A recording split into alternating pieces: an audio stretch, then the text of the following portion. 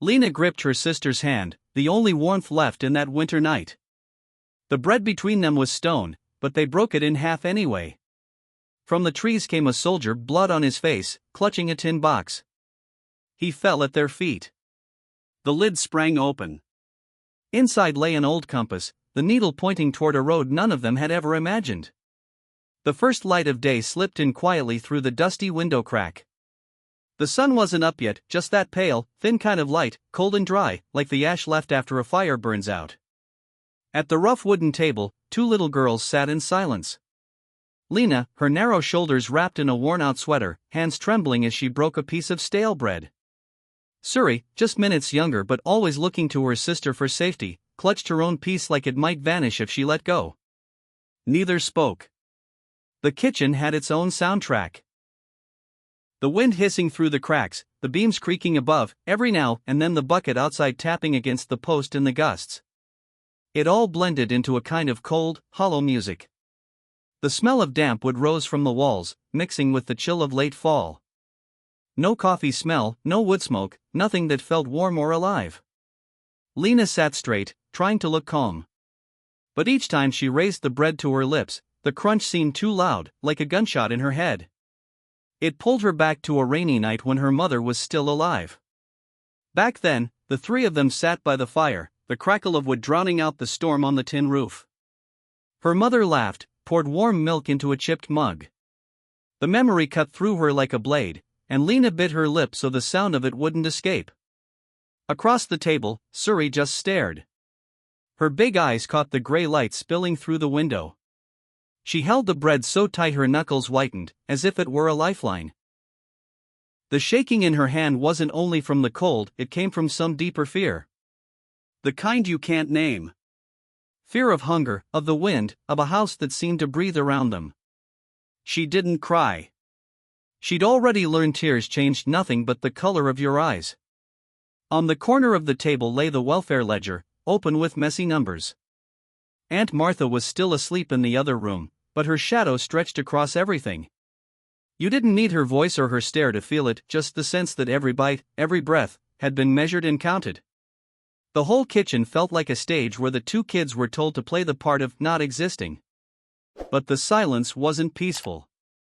It was the silence of a battlefield after the shelling, broken pieces everywhere, smoke not yet cleared, fear hanging in the air.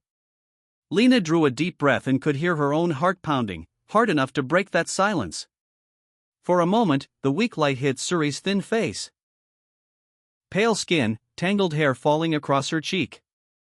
It reminded Lena of mornings long ago, when their mother took them to a little cafe in town. Those mornings started with the smell of coffee beans roasting, waffles crisp on the griddle, and the jingle of a wind chime on the porch in the sunlight. The memory clashed with the cold kitchen now, stirring up another kind of fear, the fear that one day those mornings would fade, that the smell of waffles would blur into nothing she could hold. Lena squeezed the bread tight in her hand. In her head, memories raced, her mother's hand on her shoulder, her voice reading stories, the sparkle in her eyes when she spoke of trips they'd never take. It felt like the past was still there, just buried under cold ash. And the real fear wasn't only the harsh present, it was the thought that she might lose those memories, too.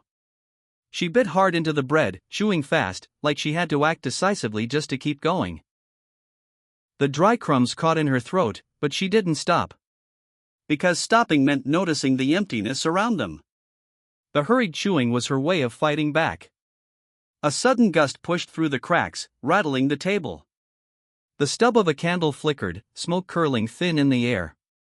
Suri flinched, eyes wide. Lena turned, saw her sister on the edge of tears.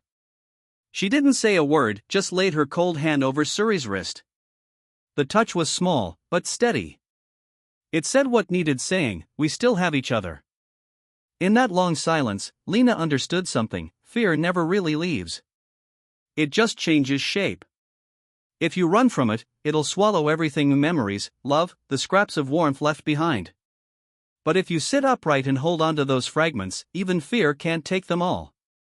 The kitchen was still cold. The wind still pushed through. The meal was still bare. But Lena wasn't trembling anymore. She swallowed the last bite, bitter on her tongue, and that bitterness made her sharper. In her young eyes, a faint light sparked. Courage wasn't the absence of fear, it was staying put, holding tight to what mattered, even when the world felt empty. And so, morning began with a quiet fear, the weight of memory, and the first thread of strength stitched together in silence. On that heavy old wooden table, scarred by years of use where Lena and Suri sat in silence, a corner was swallowed in shadow.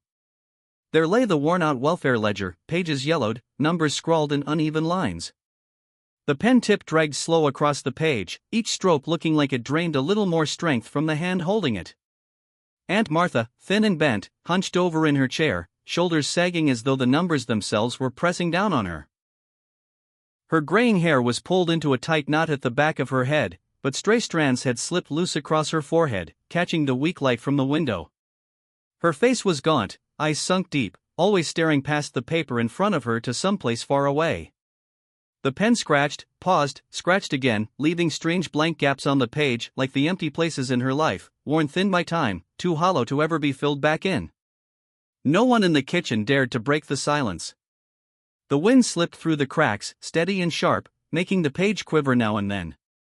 Martha's hand clamped down on the ledger, her eyes flashing with irritation, as though even the wind was her enemy for interrupting her calculations.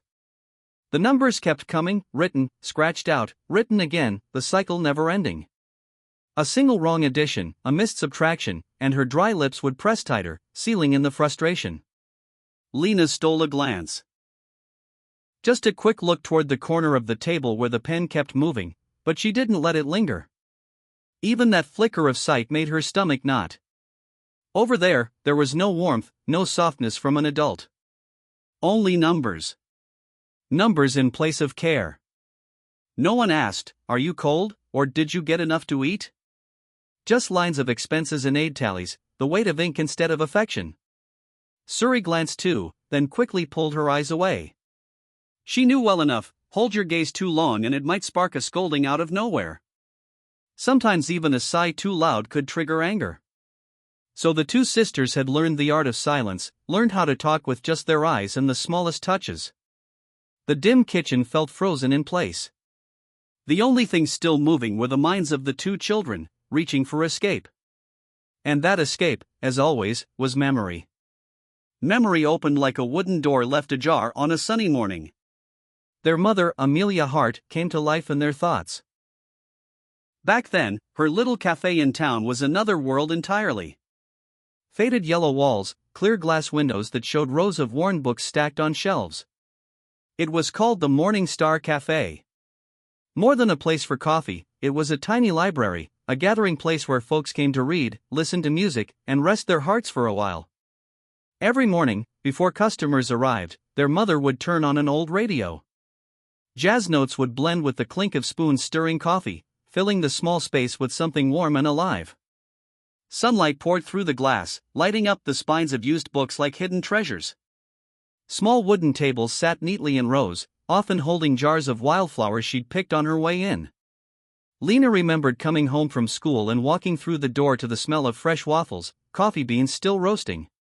Her mother would spread her arms wide, pull both girls into her chest, her chestnut hair catching the afternoon light. Storytime came later, sitting by the fire, her mother's voice steady and melodic. In her telling, even the smallest things turned magical. A falling leaf became a sign of a new journey, a sparrow became a princess's companion. Suri had her own place in that cafe too, hands dusted with flour, giggling as she shaped lumpy bits of dough into clumsy figures, each one bringing more joy than perfection. Lena's task was usually the books, stacking them carefully. The smell of old paper, musty and worn, wasn't unpleasant to her. To Lena, it was the smell of knowledge, of a world bigger than their town. The memory was so vivid it felt like they could reach out and touch it. But then reality came back, the kitchen, damp and gray, Aunt Martha hunched over the ledger. The contrast cut sharp, like stepping from sunlight into smoke. It made their chests ache, knowing that warm world had been blown out like a candle. Martha cleared her throat, a stiff sound that tightened the air. She didn't raise her head, but the noise alone was enough to freeze the girls. Lena and Suri dropped their eyes instantly, pretending to fuss with the bread in their hands. That habit of self-defense had been drilled into them. The pen stopped. Its tip pressed too long against the page, leaving a blot of black ink. Martha rubbed her temple, showing a flicker of weariness, then hardened again. The page before her was filled with figures: aid payments, wood costs, debts owed to the shop. Not a single line for the children beyond the bare minimum to keep them alive. Another gust of wind rattled the paper. Martha's bony hand slammed down, holding it in place. The hand shook, not just from cold, but from something deeper, something rigid that had hardened with time. Lena saw it and couldn't help but think of her mother's hand, soft, warm, brushing hair from her face, guiding her through the market. The comparison caught in her throat, left her almost breathless. Moments like these carried their own quiet dread: fear that the sweet past would live only in memory, fear that the gray present would grind it down to nothing. But from that fear came a slow realization: if the memory lived, it was still a kind of strength. Lena glanced at her sister. Suri was already looking back. Eyes met, and that was enough. They didn't need words. Agreement came in the brief squeeze of a hand, in the small seed of resilience growing from memory. The kitchen could stay cold. The ledger could stay filled with numbers. But in their hearts, there was still a spark.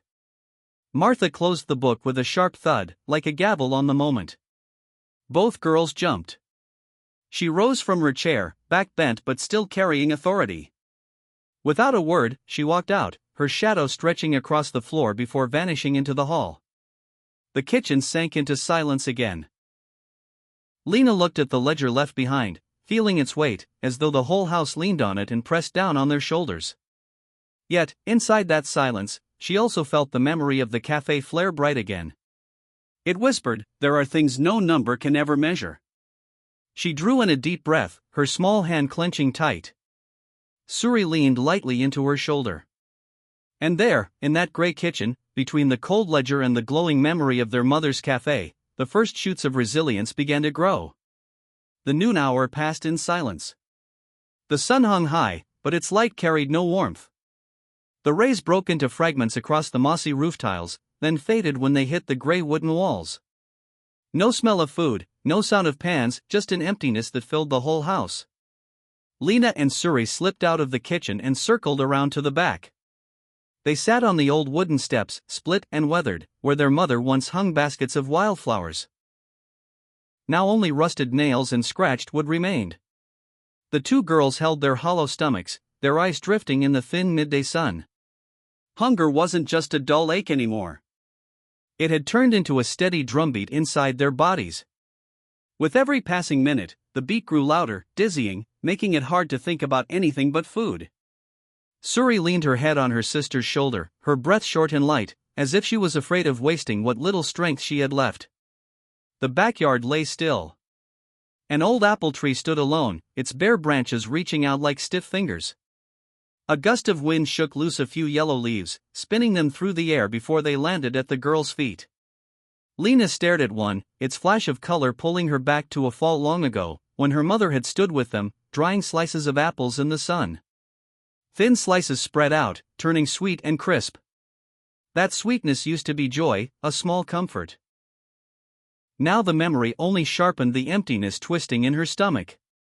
She shut her eyes, trying to fight the saliva rising in her throat. Hunger didn't just grip the belly, it trapped the mind, circling back again and again to images of spoons clinking in bowls, the smell of bread baking, meals that appeared then vanished, leaving nothing but the heavy weight of absence. When she opened her eyes, she looked up at the sky. It was bright, but empty. High, pale blue, so wide it made her feel even smaller. Suri shifted, her small hands pressing into her stomach. She curled her knees tight to her chest, eyes half closed, worn out but still seeking her sister's presence. Lena laid a hand on her shoulder, a touch so practiced it had become instinct. The touch didn't chase hunger away, but it was like a thread tying them together, keeping them from sinking into loneliness. The step beneath them groaned, brittle with age and weather. The damp smell of earth drifted up from the yard, mixed with the dry scent of dying grass. Somewhere in the distance, a crow called out, its cry hollow, echoing through bare trees. The whole place carried the flavor of want, a silence heavy enough to swallow hope. Hunger turned into another kind of fear, fear this was all there'd ever be, fear each day would hold nothing more than stale bread and silence. To Lena it felt like she was sitting in an invisible trench, not with guns or shells, but with each ounce of strength ticking away like a slow fuse. She shivered. This battlefield wasn't loud, but it was brutal all the same, the enemy being time and the cold gnawing from the inside. The sun tilted west, shadows of the trees stretching long across the small yard. Lena looked down at her bare feet, coated in gray dust, toenails cracked. That sight struck her as proof, no matter how poor, how thin, they were still here. Still surviving each morning, each noon. And that simple truth sparked something, a small root of resilience pushing through. Suri lifted her head. Her eyes were red from fatigue, but in the slant of light they carried a glint. She didn't speak, but Lena understood. Hunger had taught them this: if you give in, there's nothing but emptiness. But if you hold on to each other, you can make it through one more day. The wind picked up, tossing yellow leaves into a small storm around them. Lena raised her hand to shield her eyes from the dust and pulled her sister close. For a moment, even with their stomachs crying out, she felt something stronger rise inside. Not from food, but from memory of their mother, from the bond of two sisters, from a thin, fragile belief they could last longer than they thought. The wooden house behind them stayed cold, its windows shut. But on the broken step outside, two small figures sat pressed together, carrying a quiet strength. The hunger was still there, gnawing, but in the silence of that afternoon, another thing was growing: willpower. The empty stomach growled like a far-off drum. Suri wrapped her small hands over her belly, staring out at the gray backyard. Beside her, Lena's thin shoulders shivered in the wind. Overhead, the sun hung like a dying coal, its faint light spilling across the town's low roofs without giving any warmth. The air was still, broken only by the rustle of dry leaves when the wind passed. Lena's eyes drifted toward the distance, where the dirt path bent into the woods. The dark green trees stood like a wall, cutting this world off from another one. Somewhere in that deep shadow, she felt a call. In her mind she could hear her mother's voice: in the forest, listen. Every breath, every sound tells a story. If you listen, you'll find what you need. She turned to Suri. Her sister's eyes were closed, trying to chase away the gnawing hunger. Lena leaned close and whispered, "What if we go into the woods, look for berries?" The words were barely louder than the wind, but enough to make Suri open her eyes. There was hesitation there, then a glance toward the trees. The forest was far and deep, but it was also the place that once held their laughter, back when their mother was still around. They sat quiet for a moment, weighing it. But the long silence, and the twist of their empty stomachs, gave them their answer. Lena held out her thin hand. Suri hesitated, then slid her small hand into it. Cold fingers met, but together they made a fragile warmth. They stood. The old step groaned under their weight. The first steps were slow, but soon their pace found a rhythm, carrying a silent resolve. They had to walk, even without knowing what they'd find. The path into the woods was blanketed with fallen leaves. Their crunch underfoot made a steady beat, mixing with the hiss of wind weaving through bare trunks. No voices, no tracks, nothing but the imprint of two children's feet. The forest closed in like it belonged only to them. The heavy canopy dimmed the light, making the forest's breath more noticeable. A sparrow's call broke the silence now and then, short and fleeting. Farther off, a branch snapped under the weight of the wind. Lena remembered her mother's words: "Before you step, listen. Don't rush. The forest will tell you what waits ahead." The girls stopped. They didn't speak, just stood, ears open. The wind carried the smell of damp soil, of old leaves rotting, and faint, familiar notes of something sharp and sweet, the scent of ripe berries fallen to the ground. Both of them looked at each other, eyes lit with sudden hope. Suri smiled, small and shaky, like the wick of a lantern just catching flame. Lena squeezed her hand and moved forward. The ground was carpeted with yellow and brown leaves, a worn rug leading into the dark.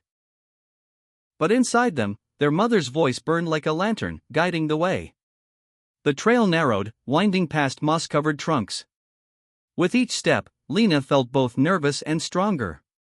The forest wasn't only a place to fear anymore, it felt like a test. Could they keep walking, even hungry, even afraid, guided only by memory and by each other?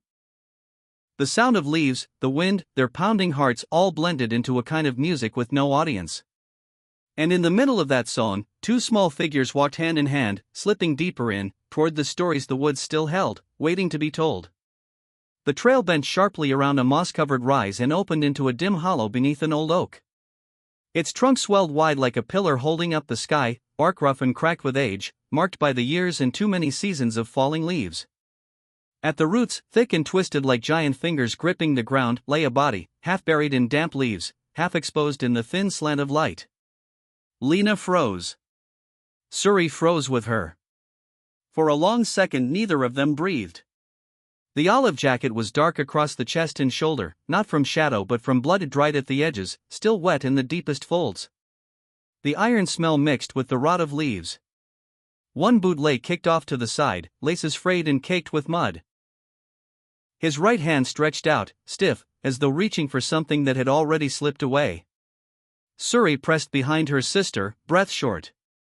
Lena took a step, slow, then another, knees weak but her grip on Suri's hand tight. The forest sounds fell back, leaving only the thudding of their own hearts. Shafts of light cut across the soldier's pale face, catching on a rough beard, a jaw clenched hard against some silent pain. Lena knelt. The wet leaves soaked through her knees, cold as ice. She reached out, hesitated, then touched the shoulder of the jacket. The fabric was stiff with dried blood, rough under her fingers.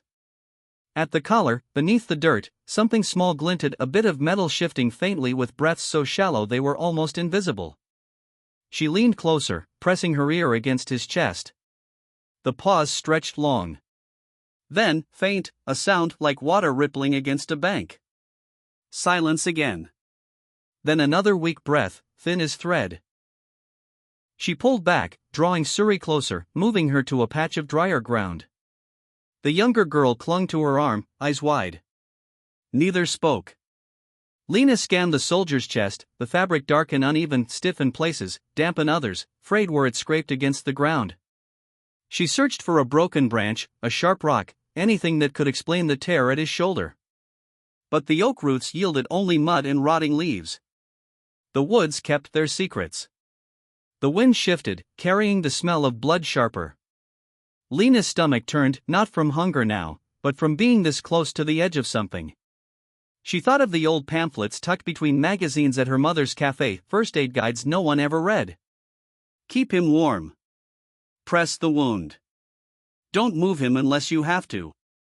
The words rose in her mind like raised letters on a page.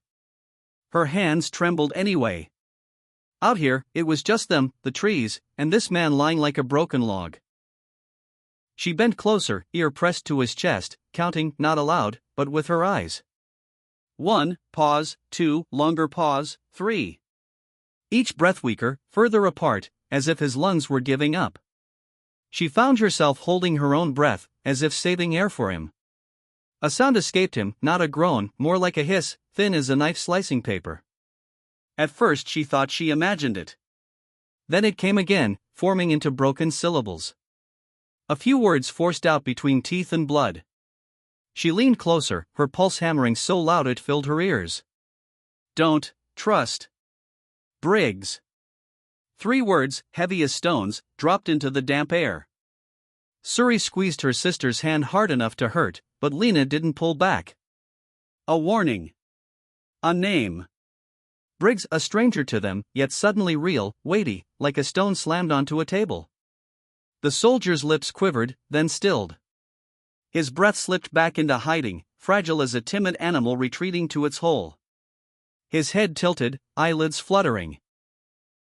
Caught between waking and drifting off. A streak of dried blood stained his cheek, wiped away once by a shaky hand, leaving a faint line like rain on glass. Lena shifted, using her sleeve to wipe the dirt at his mouth, careful not to touch his clenched jaw. Suri watched, swallowing hard. Both girls knew it in the way children sometimes know things, through instinct. A man was sliding toward the edge of this world. If they did nothing, he'd be gone. The wind turned. The canopy rustled loud and then quiet again. Dust motes spun through the angled light, hanging like tired insects. Lena glanced up for a second, like someone searching for direction, then lowered her eyes again to the dark fabric. She brushed away a maple leaf stuck to the torn cloth, setting it aside, as if restoring order to one small piece of the chaos could help. The man's fingers twitched, barely. Lena laid her hand over his. His skin was cold, rigid, but touching it brought a sharp clarity. She would not walk away. Her small hand over his large one, an odd sight, but it fit, like two pieces falling together by chance. The tag at his collar rattled faintly, metal clicking against metal. Suri caught the dull glint of it. She didn't have to read it, the weight of it was enough. The jacket, the smell of iron, the heavy hand, all of it said the same thing: he was a soldier. Lena drew a long breath, steadying herself. She knew time wasn't measured by minutes here, or by the light that hadn't shifted much.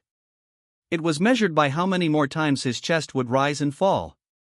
A leaf dropped, sticking wet against his shoulder. Suri brushed it off, careful as if the motion itself might hurt him. She blinked, and for a moment they both realized they had no one to call, no map of the forest, no clue who Briggs was or what his warning meant. Yet past the panic, something else seeped in the same way hunger, past a certain point, hardens into calm. Lena bent again, listening. 1, 2, 3, 4. A beat. Faint, but still there. She looked at Suri. Their eyes locked. Suri nodded, not to be brave, but simply to mark the fact that they stood together now. Neither let go. For a moment the forest seemed to stop whispering. The wind softened. A cloud of dust hung in still air. Lena felt her own heart shift rhythm, still fast, but steadier. She placed her other hand on his chest, not pressing, just resting there. A quiet reassurance: don't give up. Somewhere far off, a crack of a branch. It echoed and was gone. Lena didn't turn. She couldn't. Not now. All that mattered was the oak, the dark jacket, the shallow breath, and those 3 words: don't trust Briggs. They made no clear sense, but carried the weight of a vow. Suri tugged her scarf tighter around her neck, almost without thinking. Lena adjusted it for her, covering more of her. The damp cold crept in everywhere, but 2 small backs pressed together made it easier to bear. Beneath them, the ground and the roots seemed to rise and fall in rhythm with his chest, slow, strained, but still going. They stayed like that, maybe a long while, maybe just minutes. In the woods, time bent. The first aid lines from memory flickered again in Lena's mind: keep warm, press down, find help. She gripped Suri's hand harder, tying her scattered thoughts into one rope. The next step was to bring help. But before leaving, she needed to etch everything into memory: the breaths, the face, the oak tree, the mossy scars in the bark. She lifted her eyes, tracing the trunk's rough veins, the crescent of dark moss, the old lightning crack. She spotted a low branch, lichen hanging silver. She filed it all away, like marking a page in a book. Then she lowered her gaze, placed her hand on his again, a small hand on a heavy one, as if signing a wordless promise to return. His breath lifted once more, thin as a breaking thread, but it held. Somewhere at the forest's edge, another flock shifted, wings rattling and then falling quiet. The air thickened. Lena lowered her eyes and gave a slow, deliberate nod to herself. The woods held their silence. The children held their vow. And beneath the oak, the soldier lay among damp earth and dark fabric, drawn back from the brink just long enough to deliver a warning and to bind 2 frightened sisters more tightly to the world they still had to face. Lena pressed her cheek against the darkened cloth on his chest. The cold seeped through, carrying the mix of metal and damp earth, faint as smoke, brushing her nose before it faded. She strained her ears, waiting for that thread-thin rise and fall. 1, silence, 2, then the faintest shift beneath her palm. The man's breath fluttered like a night bird perched uneasy on a branch. Her heart hammered offbeat, numbers lost, leaving only the sense that she had to stay perfectly still, or that fragile thread would snap. Something stirred at the edge of her sight. Past the 3rd tree, where a band of moss stretched like an old scar, a shape slid across the shadow and stopped. Too straight to be wind. Too steady to be leaves.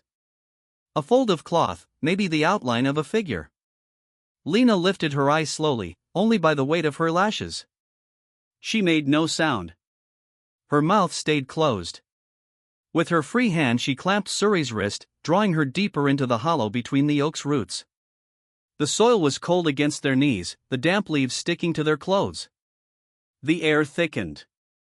Familiar forest noises, the murmur high above, the hum of insects, faded back, replaced by a silence that felt intentional. Lena felt it then, the stare from the dark, a cold gaze that lingered without a face. Somewhere nearby a branch creaked, broke with a small snap, then hushed again. Suri's eyes darted up, wide, catching the weak light. She asked nothing, but her hand folded deeper into her sister's. Lena unwound the thin wool scarf from her neck, doubled it, and pressed it gently against the torn cloth on his chest. The pressure was light, the way you'd lay a hand on a table just to wipe away dust enough to keep a little warmth close to where it mattered. A few fresh drops seeped through, threading down the wool before they stopped. She bit her lip. Every move had to be small, steady, like writing on paper that smudged too easily. The figure beyond the trees didn't move forward, didn't retreat. It stood there like a period hanging at the end of an unfinished sentence. Light crawled along the bark, turning brown to lead gray, slow as a clock in an empty room. Lena leaned back into the oak's roots, pushing her knees close against the soldier's body, shielding him from the wind. Suri shifted, laying the edge of her own coat over his limp arm. The big hand, nails caked with dirt, joints stiff with cold, showed faint blue veins blurred beneath the mud. Inside Lena, two voices rose at once: stay and run. They collided, vibrating through her wrists. She let her eyes move, marking landmarks, the crescent moss at waist height, the low branch hung with silver lichen, the flat stone half buried in leaves. She strung them together like beads, a path to remember if they had to leave. The breaths beneath her palms shrank to tiny dots. One long pause, another. Each pause pulled her closer to a decision. The town wasn't far if they ran full out. At the forest's edge stood a house with a south-leaning porch, milk cans hung out every morning. There would be adults there. Help! One of them had to go, and one had to stay. Suri was lighter, quicker. She would run. Lena would sit. That was the only way to keep the thread from breaking. She tapped the back of her hand against Suri's shoulder, brief, like setting a stone marker. Suri understood. No words needed. She inhaled deep, chest rising, then let it out slow. She tugged her loose shoelaces, scraped away the dried mud with a fingernail, tied the knots tight. The small tasks, pull, knot, tighten, turned her shaking into work. When hands are busy, fear keeps quiet. At the line of light, the shadow shifted half a step. No sound, just the air adjusting, like something long still had changed stance. Lena didn't look straight at it, her gaze slid over, taking it in like bark, like leaves. Neither challenge nor surrender, just the fact of another presence, noted, stored away.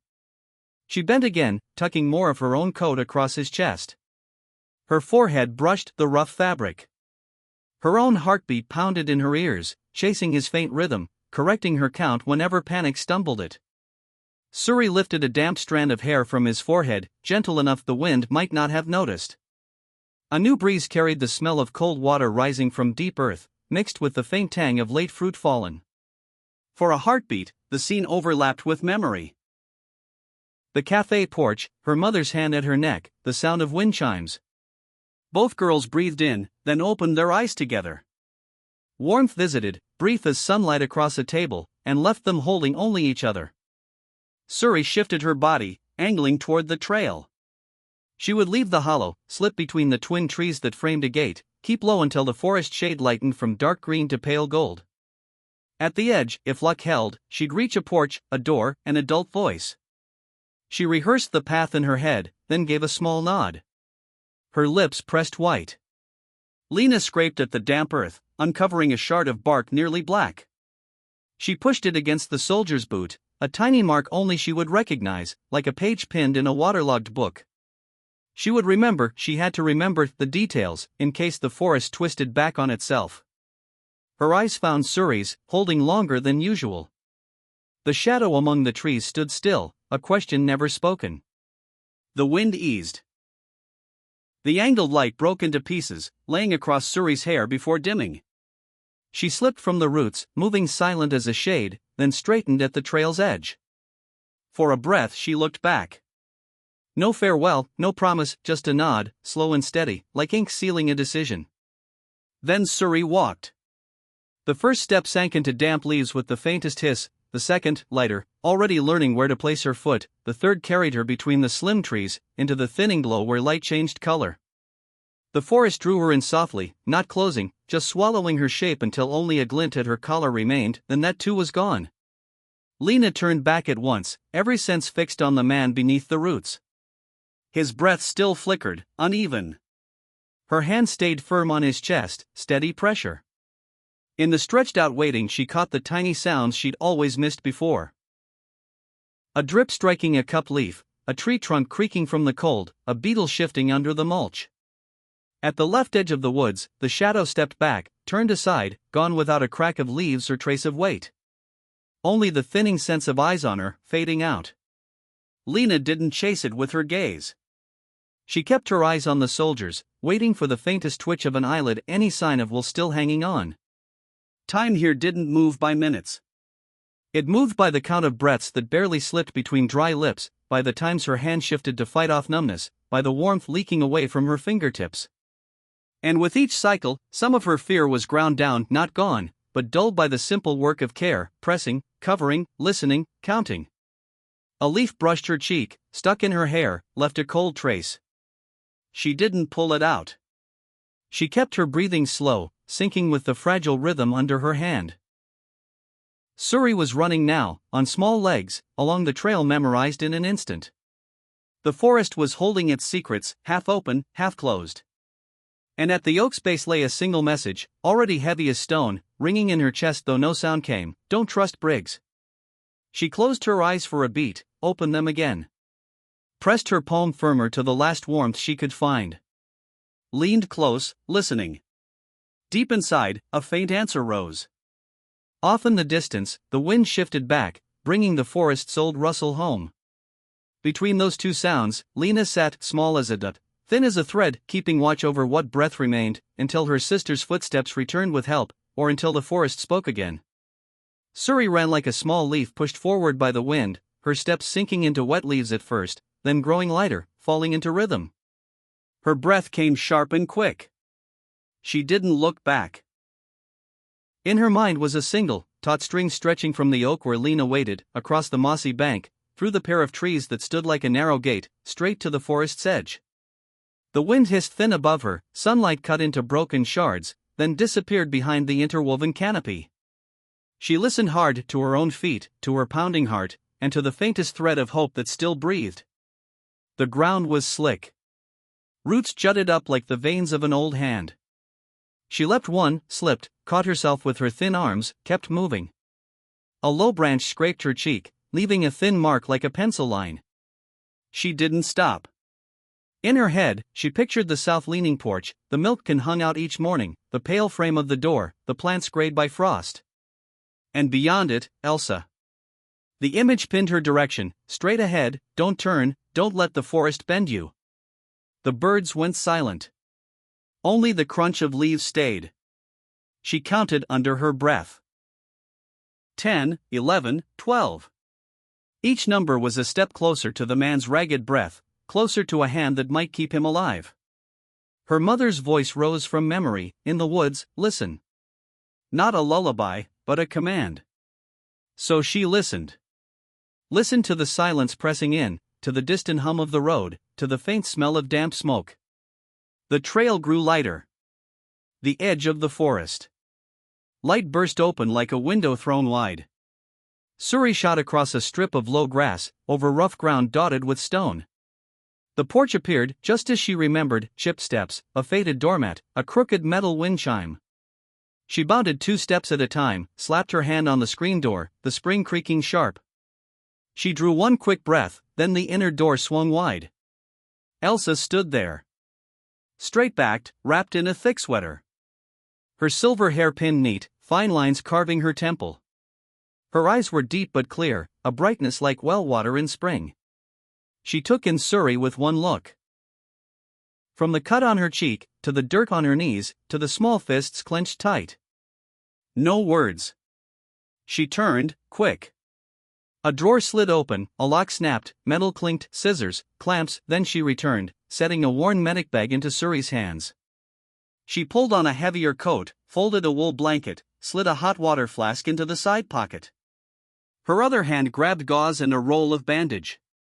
Every move sharp, practiced, the rhythm of someone who had done this her whole life. Suri stepped aside. The faint smell of eucalyptus oil drifted out, warming her lungs. Elsa's hand pressed Suri's shoulder, short, firm, then the door shut, the lock clicked, her boots struck the porch. They went. The path back dipped uphill. The forest swallowed them, one small, one not young, like two dots folded into a long line of text. Suri led, feet quick. Elsa followed close, steady, the medic bag knocking against her hip. The wind chime on the porch fell quiet behind them, replaced by rustling leaves. Elsa asked nothing. Suri said nothing. Sometimes silence is the straightest road. Through the twin trees, past the crescent moss, past the flat half-buried stone. Elsa glanced once and remembered. Eyes trained on wounds now read the forest. Her hand brushed Suri's arm when the trail slicked, pressing just enough weight to keep balance. The cold slipped through their collars. Elsa tugged Suri's coat higher in one smooth motion, the way she'd pull a blanket over a patient. The smell of blood reached them before the oak came into view. Metallic, sharp, unlike earth. Elsa quickened. The hollow beneath the roots opened, and there was Lena back against the tree, her hand pressed to the soldier's chest, face smudged, eyes wide but steady. Suri rushed forward. Elsa caught her arm, stopped her with a touch, then dropped to her knees, the medic bag opening like a book to the right page. Her eyes swept fast, dark cloth, torn edge, dried streaks, fresh stains, where Lena's hand pressed, the color of lips, the shallow rise of the chest. A nod, not to anyone, but to the checklist in her head. Scissors cut the jacket clean, quick. Gauze laid down, bandage pressed firm, her palm steady and even. The breathing changed, not deeper, but steadier. Elsa leaned close, counting. 1, 2, 3. The soldier's lips parted a hair, his lashes trembled. She didn't speak. She adjusted the bandage, added layers where the bleed seeped. The flask of warm water passed to Lena with a glance. Keep it near, don't spill. Lena understood, lifting it to the cracked lips, letting the steam rise slow, careful not to touch dirt. Suri knelt beside them, clutching the edge of the blanket. Elsa spread it from the stomach up, leaving space for the bandage. She slid her hand beneath his shoulder, opened his chest, set his head straight, rolled cloth under the neck. The scene calmed. The wind above softened, leaves brushing long, like a roof drawing breath again. The light shifted, colder white fading into dull gold. Elsa fought heat loss with layers. Lena's coat over the bare arm, Suri pressed tight against the other side. 3 small bodies became a nest at the oak's roots, bandages, blankets, breath, silence. Elsa's hand held pressure, steady. Time broke into fragments, measured by eyelids fluttering, by each fragile rise of the chest. A thin ray caught the dog tag at his collar, flashing. Elsa noted it, tucked the cloth back to keep metal from skin. Small, exact, like turning a page to save the corner. Suri watched her fingers work, thin but sure, eyes stern but not cold. Stern like winter water, still, clear, deep. Lena's racing heart began to settle. Still fast, but not wild. Her hand steadied the blanket's edge. She listened with Elsa, counting, rise, pause, rise. The words the man had spoken earlier still echoed, but now they sat in the background. The work came first, keeping him here. The air lost its iron edge as the bandage drew in the fresh bleed. Elsa checked again, tightened, ran the wrap under his back, tied firm. She lifted her head, glanced at the woods, then at the children. A low nod, calm, an unspoken promise, we still have time. She signaled Lena to pull the bag closer, pulled out a small bottle, uncapped it with her thumb, dabbed Suri's cut cheek. The girl flinched, then stilled. Elsa pressed her hand over hers, good. The wind gusted cold again. Elsa pulled up their collars, then returned to her hold. The breathing beneath her palm now had a rhythm, fragile but predictable. Not safe yet, but steadier. In that moment Suri felt something like a bell far off, not a church bell, but the faint metal of the porch wind chime, ringing in memory. It came with an image of coffee steam and books on a shelf. It didn't pull them out of the woods, it reminded them home still existed. Elsa tightened the knot, covered the soldier's shoulder with the blanket. She didn't rush. Rushing made hands shake. Shaking shifted bandages. She let time follow her pace, the pace forged by long nights in the ward. Her pulse ticked steady on her wrist, a hidden metronome in the forest. After a while she lifted her hand, testing the pressure. No new seep. Breathing still there, thin but consistent. She replaced her palm, eyes narrowing, not resting, but listening. Suri tugged the blanket higher, Lena moved the flask closer, one hand ready at Elsa's sign. 3 people, 3 breaths, anchored together under the oak. Hope, when it first arrived, was thin as spider silk clinging to bark, trembling at the slightest breeze. But with every right move, cut, press, tie, cover, it thickened, braid by braid, until it was something you could hold. It didn't make the forest safe. It laid a narrow bridge over deep water. Elsa built that bridge with her old medic's bag, with the discipline of her hands, with eyes that were stern and kind at once. As the light shifted again, Elsa finally looked straight into Lena's eyes. There was both question and answer in it. You did right. She nodded, checked the bandage once more. Suri leaned into her sister's shoulder, tired but awake. Somewhere far off, maybe at the town's edge, the faint murmur of the world touched the forest's rim. Elsa didn't lift her head. She knew, from this moment, the next stretch of road had a name. But before it was called, they had to breathe, steady, keeping that fragile rhythm inside their reach. And so they stayed, 3 figures making a small circle, until the blanket gathered enough warmth, until fear loosened its grip on 2 young chests, until the forest gave them back a silence gentler than before. At the oak's roots, the medic bag lay open like a book turned to the right page. On that page, hope didn't need to be spoken. It only needed a pair of hands that knew what to do. The walk back from the woods felt short, then long, depending on how the 2 kids were breathing. Damp leaves clung to the hems of their clothes, dried mud ringed their ankles. When they crossed the backyard, the evening wind cut across them, carrying the smell of faint smoke from somewhere in town, mixed with wet earth. The rotted porch step creaked under their feet, like it was reminding them that the afternoon had split something small in a life that was barely holding together. The back door eased open without a squeak. Inside was a different kind of cold than the woods. This was the cold of a shut-up room, of wooden walls soaked with years of damp, of a kitchen that rarely saw a fire. The smell of mildew hit as soon as they crossed the threshold, rooted deep in everything: frayed towels, old chairs, the table with a split running through its grain. Thin gray light slipped through the small window, laying crooked stripes across the floor. Martha sat at the head of the table. Her shadow stretched long across the planks, angled up the leg of an empty chair. The welfare ledger lay open but shoved aside, pen resting flat, its tip dried stiff, catching a bit of the dying yellow light. She didn't look straight at them. Her eyes skimmed over, dull and sharp at the same time, from the mud on their shoes, to the damp scarf at Suri's neck, to the faint brown smudge on a finger, then back to the table.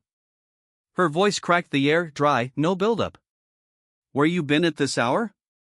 The sound hit the walls and dropped, leaving a thick gap behind it. Lena froze, heels edging back. Suri hid behind her, chin low. The words weren't quite a demand, not really looking for an answer either. More like the shove of an elbow against a chair, enough to move it an inch, then nothing. No one spoke. The wall clock ticked with its second hand, though the minute hand seemed stuck. In that silence, little sounds rose up, rainwater dripping from the eaves into a tin pail outside, a faint rustle of paper as the draft slipped through a crack, the caught breath of a child. The mildew smell thickened, as if the question itself had dragged it up. Lena clasped her hands in front of her, thumb circling a knuckle, like trying to smooth out a wrinkle that wouldn't lie flat. Her fingertips still carried that faint iron tang, the kind that lingers no matter how you wipe at it. The oak tree, the white bandage, the glint of metal under a collar, they flashed hard behind her eyes. And those 3 words, rasped from a chest fighting for breath, still hung in the air above the stove, vibrating without sound. Martha tilted her head, eyes never quite landing on theirs, sliding from the wet edge of a coat to the scratch on Suri's cheek, pausing at the scarf. Her hand rested on the ledger, fingers brushing the frayed paper edge. No order to leave, no follow-up question. The first one had been enough. Suri drew in a long breath, her thin chest lifting, falling. She tugged the scarf up to cover the scratch on her cheek, fabric rasping against skin, the sound harsh in a kitchen so bare of noise. She lingered at the doorway longer than usual, like the floor might be water she needed to test before stepping in. Lena found her chair, set her wool cap down on the table. The wood felt cold, its grain darkened with damp. A round stain at the corner of the table recalled the old coffee pot, long gone, but its mark still there like a ghost of habit. For a heartbeat, she saw the same table under a yellow lamp, bowls of steaming soup on top. The image passed quick, like water hitting stone and splitting in two, one branch running to the past, the other to the dry present. A blind fly buzzed slow from the window, tapped the glass, veered, then tapped again. Its thin wings crackled. Martha brushed it away with a flick of her wrist, not even looking, like swiping off an extra word. Her hand settled back, turning up a page corner of the ledger, then dropping it again. A chill ran up Lena's back. Not the hunger shake of the morning, not the forest cold, but a different tremor, the kind that comes when you carry a secret into a cramped room. Like mud clinging to your boots, to hide it, you have to stand still, to shake it off, you have to stomp loud. She chose stillness. Suri mirrored her, lips pressed white. The kitchen glowed with a light that didn't belong anywhere, ashes of daylight hanging in the window frame, drifting onto the table like fine dust. The second hand ticked on. Each click bent time a little, shorter, steeper. Martha shifted her chair, the legs scraping rough. She bent down, picked up a rag, folded it, set it by the dry sink. Not cleaning, just putting something in its place. Lena's eyes slid to the counter. The aluminum pot lay upside down, pitted bottom reflecting a warped streak of light onto the ceiling. No pot on the stove, nothing cooking. Everything looked set in a holding pattern, waiting for something that never came. She looked back at her hands. Dirt clung deep around her nails. She thought of rubbing it off on her sleeve, but stopped, afraid any move might shatter the silence stretched thin like glass. Outside, the wind shifted through the cracks, sounding like a sigh from another room. Suri edged closer, her shoulder brushing Lena's. That small touch let out a puff of warmth, enough to push the fear back a notch. Lena leaned in, barely visible, answering with more weight on her heels, a wordless "I'm here." Martha laid the pen across the ledger, lined up straight with the paper's edge. Everything on the table looked set right again. Except for the mud on the floorboards, the wet edge of a scarf, and the faint iron smell that didn't belong in this kitchen. She breathed in, let it out soft through her nose. She didn't ask twice. The silence after the first question had done its work. The children stayed quiet. All their words sank into how they stood, into the tight clutch of their hands, into keeping their eyes on places that reflected no one. The forest's lesson followed them inside: listen before you step. Here, the step was to speak. With nothing to hear but the clock's second hand and the old damp, they stood still, listening. Time in the kitchen dangled like a rope from somewhere above. Each second dropped another loop. In her mind, Suri saw it, and told herself, don't let the loop tie your feet. Stand firm, like on the cracked porch plank that noon, back straight. She pulled in a deep breath. Her small chest brushed against Lena's elbow. Outside the window, the sky dropped to lead gray. The first street lamp flickered on at the town's corner, then vanished behind leaves. The light didn't reach the kitchen, but knowing it was there eased the tightness of breath. Lena's eyes caught the enamel mug on the counter, handle chipped, ring of dried white at its base. She remembered it once in her mother's hands, a long time ago, in another room. The memory didn't comfort, but it stretched a thin line between then and now, enough to make the present feel less orphaned. Martha shoved her chair back. The legs scraped like pencil lead on sandpaper. She walked slow to the stove, nudged an empty pot into place, set the lid down. A mark of action, nothing more. Her back stooped slightly, shoulder blades sharp under the thin cloth. Her shadow swayed against the wall, then stilled. Where you been at this hour? The question still hung there, strung across the room, clipped to an invisible line. It wasn't after an answer anymore. It was a test. Could silence hold steady? Lena and Suri braced it by planting their feet firmer, saying nothing. The clock ticked on. A drop hit the metal pail outside with a sharp plink. The mildew smell didn't lift, but spread thinner, easier to bear. Lena's shoulders eased. Not relief, just a decision. Keep the silence, tuck the secret where only the two of them could carry it, let the night pass. Tomorrow might shift things. Tonight, the job was not to let anything else break in a house already cracked enough. Suri slid her cap onto the table beside her sister's, 2 circles touching, sitting still. Small things finding their place beside each other made the room less off balance. The children stood by the table, like 2 faint stamps pressed on damp paper, unclear, but holding. In the fading light, the kitchen stayed the same old kitchen, heavy with mildew. But something in the way the two of them stood had changed. Their silence wasn't forced anymore. It was chosen. And that choice, thin as thread, was enough to keep a cracked cup from rolling off the table. Late night settled over the house like a heavy blanket, thick with damp air and the smell of chimney smoke drifting in from porches a few streets away. Upstairs, in the cramped attic room with its single small window facing the trees, Lena leaned forward on the wooden ledge, pressing her cheek close to the glass. It was ice cold. Her breath fogged it up into a perfect round blur.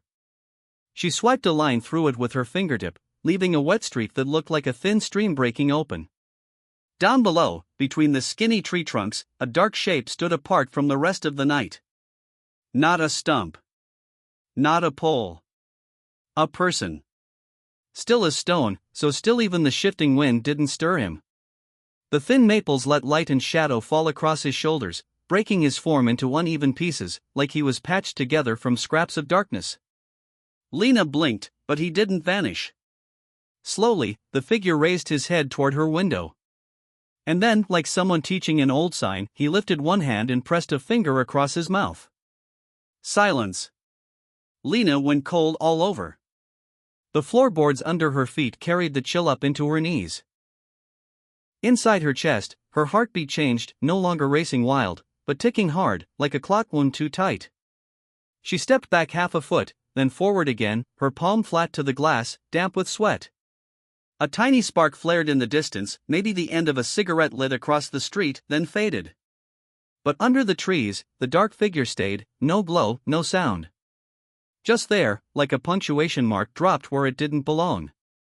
She rested her forehead on the glass to steady herself. Behind her, the attic was still, as quiet as a chest that's just stopped sobbing. Suri lay turned to the wall, breathing steady, hair a mess across the pillow.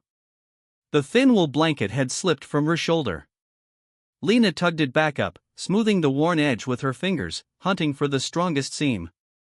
That small motion, cover, tuck, hold, was enough to bring her back from the edge of panic, to put her into an order she could make herself. Outside, wind stirred the maples. The few leaves left rattled softly, like coats brushing in a church hallway on a cold day. From town came the faint moan of a night train sliding past, long whistle, wheels grinding steel echoing into the black sky like a memory that had lost its way. Somewhere, someone was coming home. Somewhere else, someone was leaving. Here, nothing moved, except the patch of glass she'd wiped clear now fogging over again. Lena pressed her hand to her chest, felt the thump against her ribs. The oak tree from earlier flashed in her mind, the dark coat, the shallow breaths, the glint of metal under the collar. And those 3 words, dropped like stones into deep water, still rippling all the way up to this attic, don't trust. She heard them now, filling the space between the glass and the maples. Not a threat. A warning. Not meant to scare her, but to show her where to stand when the door downstairs finally locked. She glanced toward the steep wooden stairs. Down below, a thin strip of light leaked out from under the kitchen door, narrow, sharp, like a blade turned on its side. The key that had been left on the table was gone. She knew it without checking, the way you know when something's already been decided. Every step on those stairs felt like a tooth closing, holding tight the things she'd brought back from the woods, a fragile breath, a warning, a promise that didn't need words. She breathed onto the glass again, made a fresh oval of fog. With her fingertip, she marked a dot right where the figure stood. It didn't erase him, but it set him on a surface small enough to measure. Far away, just a speck under her hand. Close enough to look back. A distance kept by the open eyes of a child. She pulled the curtain in, just a little. Not shut, that would show fear. Not wide open, that would invite. Halfway was the balance she'd learned that day: leave a slit for the wind so you know when it shifts, but enough cloth to block the cold. She turned back, sat on the edge of the bed. Damp crept through the thin blanket from the floor. Her hand slid into the pocket of her sweater, brushed the crumpled photo.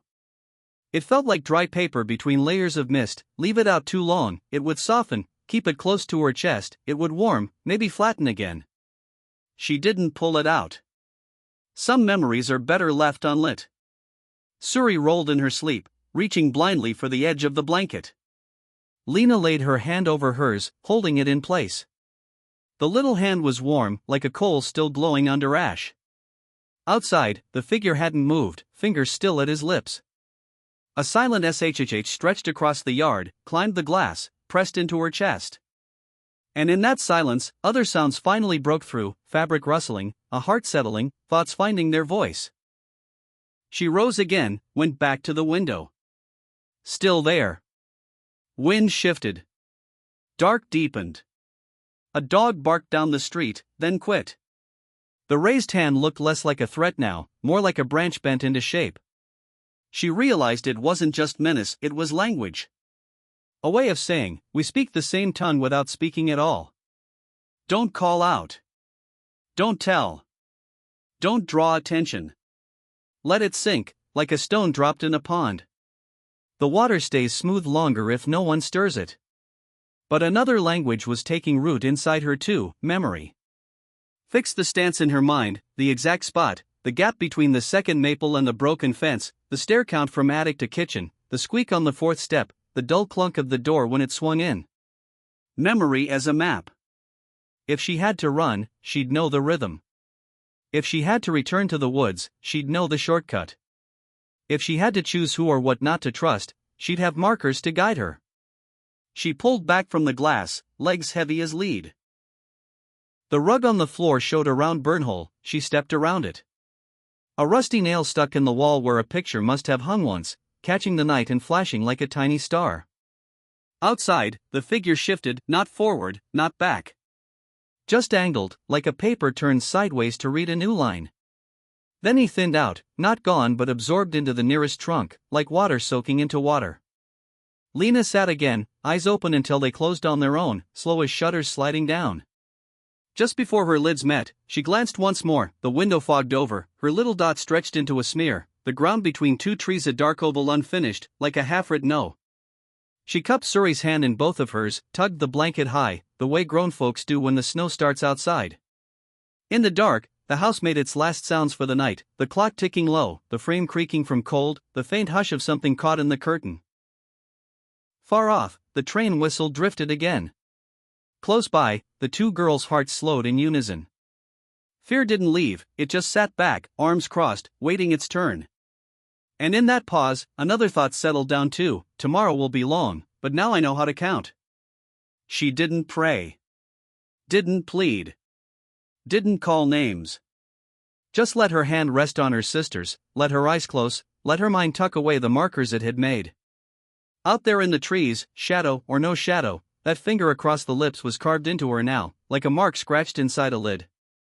A reminder: silence isn't surrender. Silence is the narrow bridge over the deepest water. She drew one long breath. It slid through her dry throat without pain this time. Beyond the glass, the night was full. In the attic, the two small bodies pressed close, warming each other like coals banked together.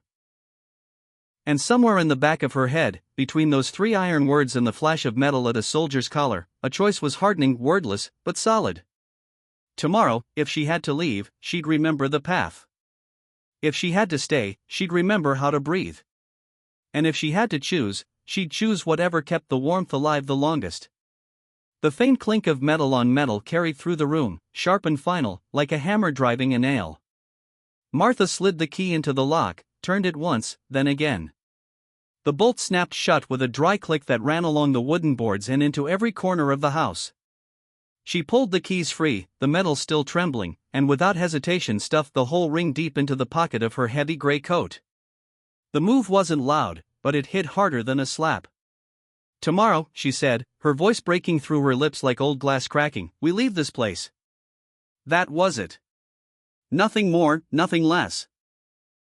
The kitchen air thickened immediately, heavy as a birdcage that hadn't been touched in years, its frame dusty, its smell sunk into the bamboo slats. The oil lamp on the table leaned to one side, casting a pale yellow glow that caught every bit of dust floating in the room, as if the air itself were filled with tiny eyes waiting to listen. Lena froze on the bottom step, toes brushing the edge of the wood, then pulling back. The damp floor under her feet seemed to drink her weight. At the table, Suri sat with her back curled, both hands pressed into her knees. Her eyes wouldn't leave Martha's coat pocket, where the key had just disappeared. They were wet, but there was no place for tears to fall. Everything under them felt too dry, too used up. The sounds of the pen scratching earlier, the brush of rough fabric, even the shuffle of Martha's sleeves, gone. What was left was silence stretched tight, like a string pulled too far. Not the silence of peace.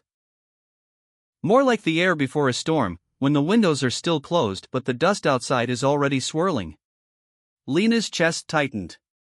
She thought of the oak tree, of the body lying still, of lips forcing out the whisper, "Don't trust." Back then it had sounded like something rising out of the ground. Now, in this kitchen, it rang even clearer right at the moment the key slipped into Martha's pocket. Don't trust. It wasn't just for a dying soldier. It was for this house, this room, this woman standing in front of them.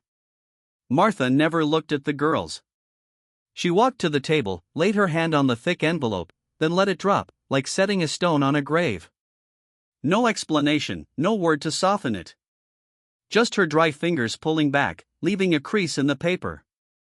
For a second, Lena noticed it. This envelope was thicker than the monthly allowance Martha usually received. Too thick. Thick enough to carry a smell that wasn't just paper. Lena's heart pounded hard. She lowered her eyes to her bare feet, where bits of dirt had worked into the cracks of the damp boards and clung to her skin. The grit against her soles reminded her there was no way out. She wanted to run upstairs, crawl under the blanket, pretend tomorrow would be the same as every other day, stale bread, chores, silence. But Martha's words weren't a threat. They were a lock, shut tight, as solid as the click of the bolt. Suri swallowed. Her throat moved but no sound came out. Her shoulders twitched, then went still. The lamp's yellow light washed her small face in a color so faded she looked ready to disappear if no one held her. Lena leaned toward her, found her hand, squeezed. It was cold, but there was a pulse, and that tiny beat was enough to keep Lena from sinking. Martha blew out the lamp. The room fell into darkness, broken only by slivers of moonlight through the window, sharp lines across the floor like cracks spreading through the boards. Her footsteps grew heavy, leading her shadow away into her room. A door closed. The silence thickened. The girls stayed where they were. Outside, the wind moved through the maples, carrying the sound of a distant crowd, like a station far away. A dry branch dropped onto the roof with a dull thunk. Both of them jumped, as if it were a signal for something worse to come. Lena's mind slipped backward. Her mother's cafe, the smell of roasted beans, the crackle of the oven, the wooden sign "Morning Star" catching the sunrise every day. The picture flashed across the dark wall, something to cling to. The present could collapse, but that memory was still a roof. Suri leaned her head against her sister's shoulder, breathing hard but not crying. They sat like that for a long time, until the wind shifted and carried the smell of firewood from across the valley. In that smoke, Lena caught the scent of fear, steady, smoldering, never quite out. And she understood. Tomorrow, when the door opened, they'd be taken. Away from the woods. Away from town. Away from the man still breathing shallow under the oak.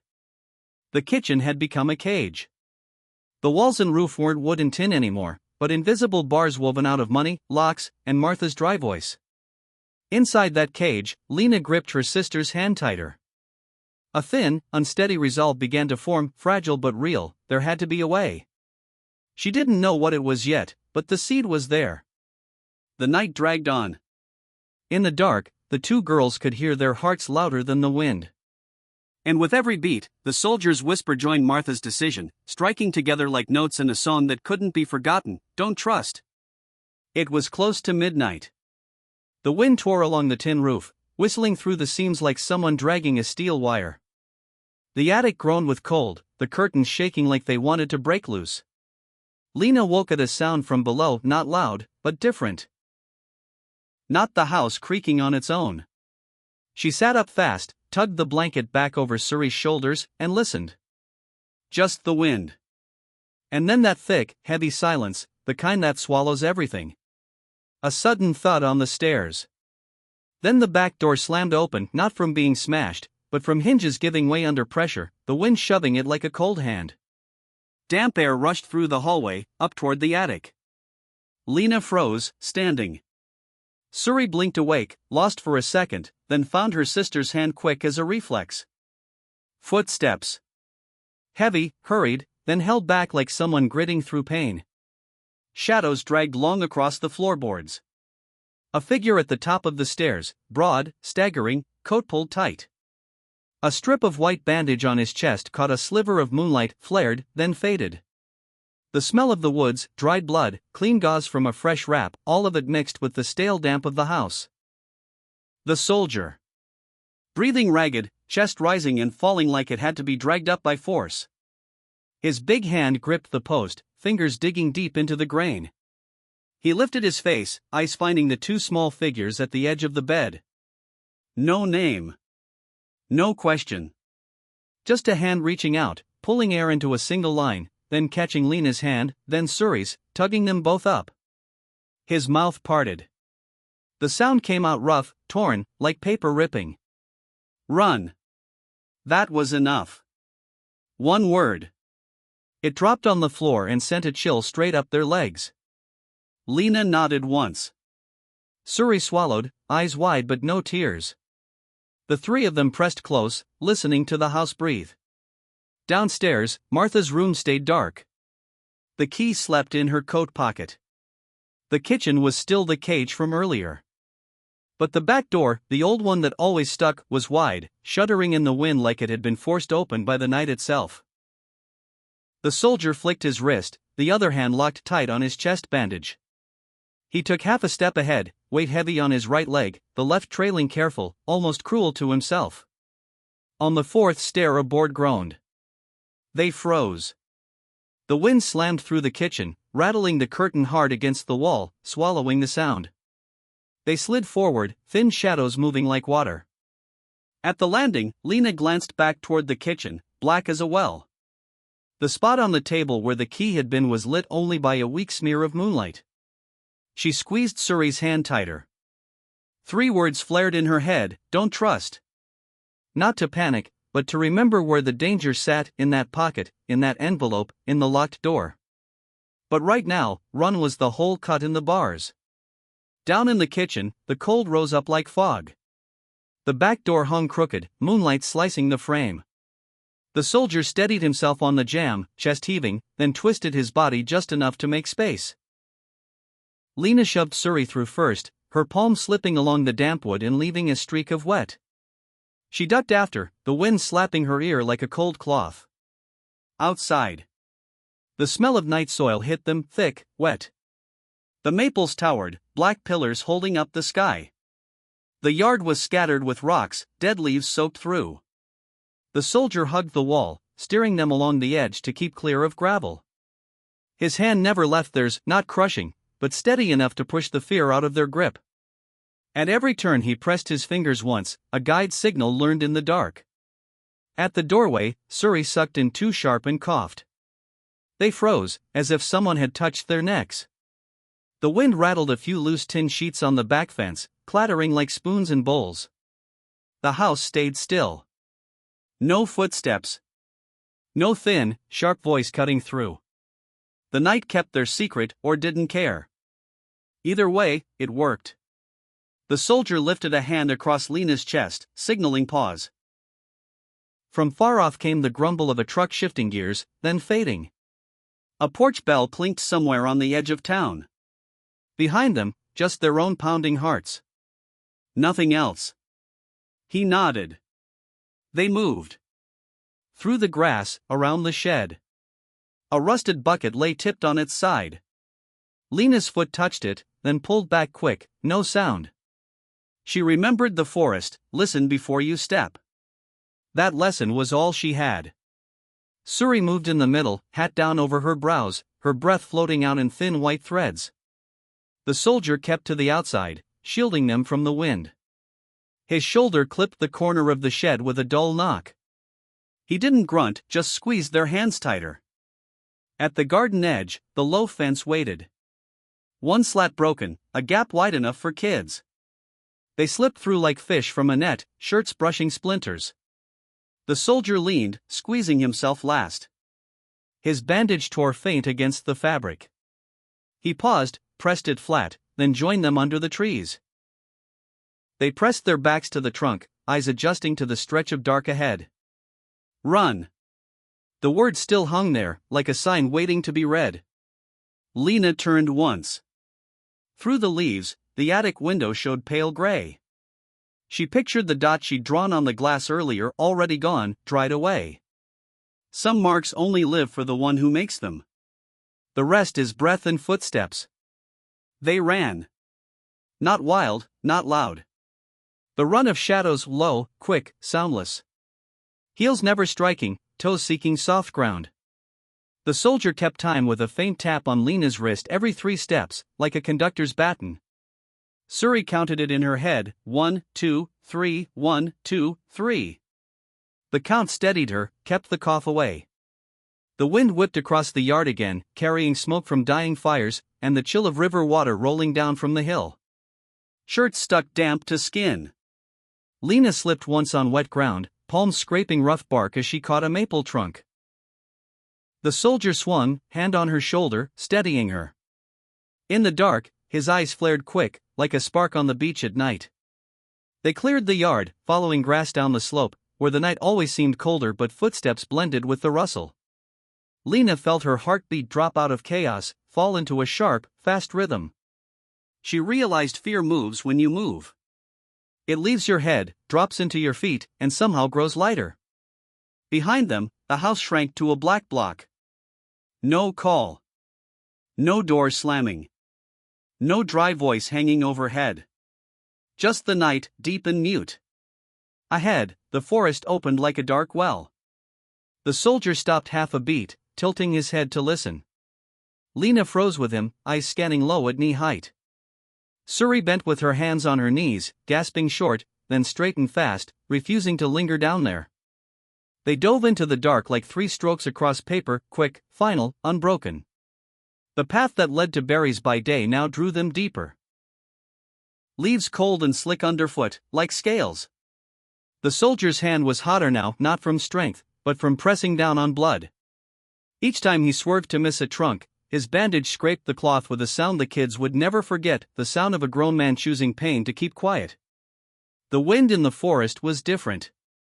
It rose from roots, climbed the branches, then fell like a hand through hair.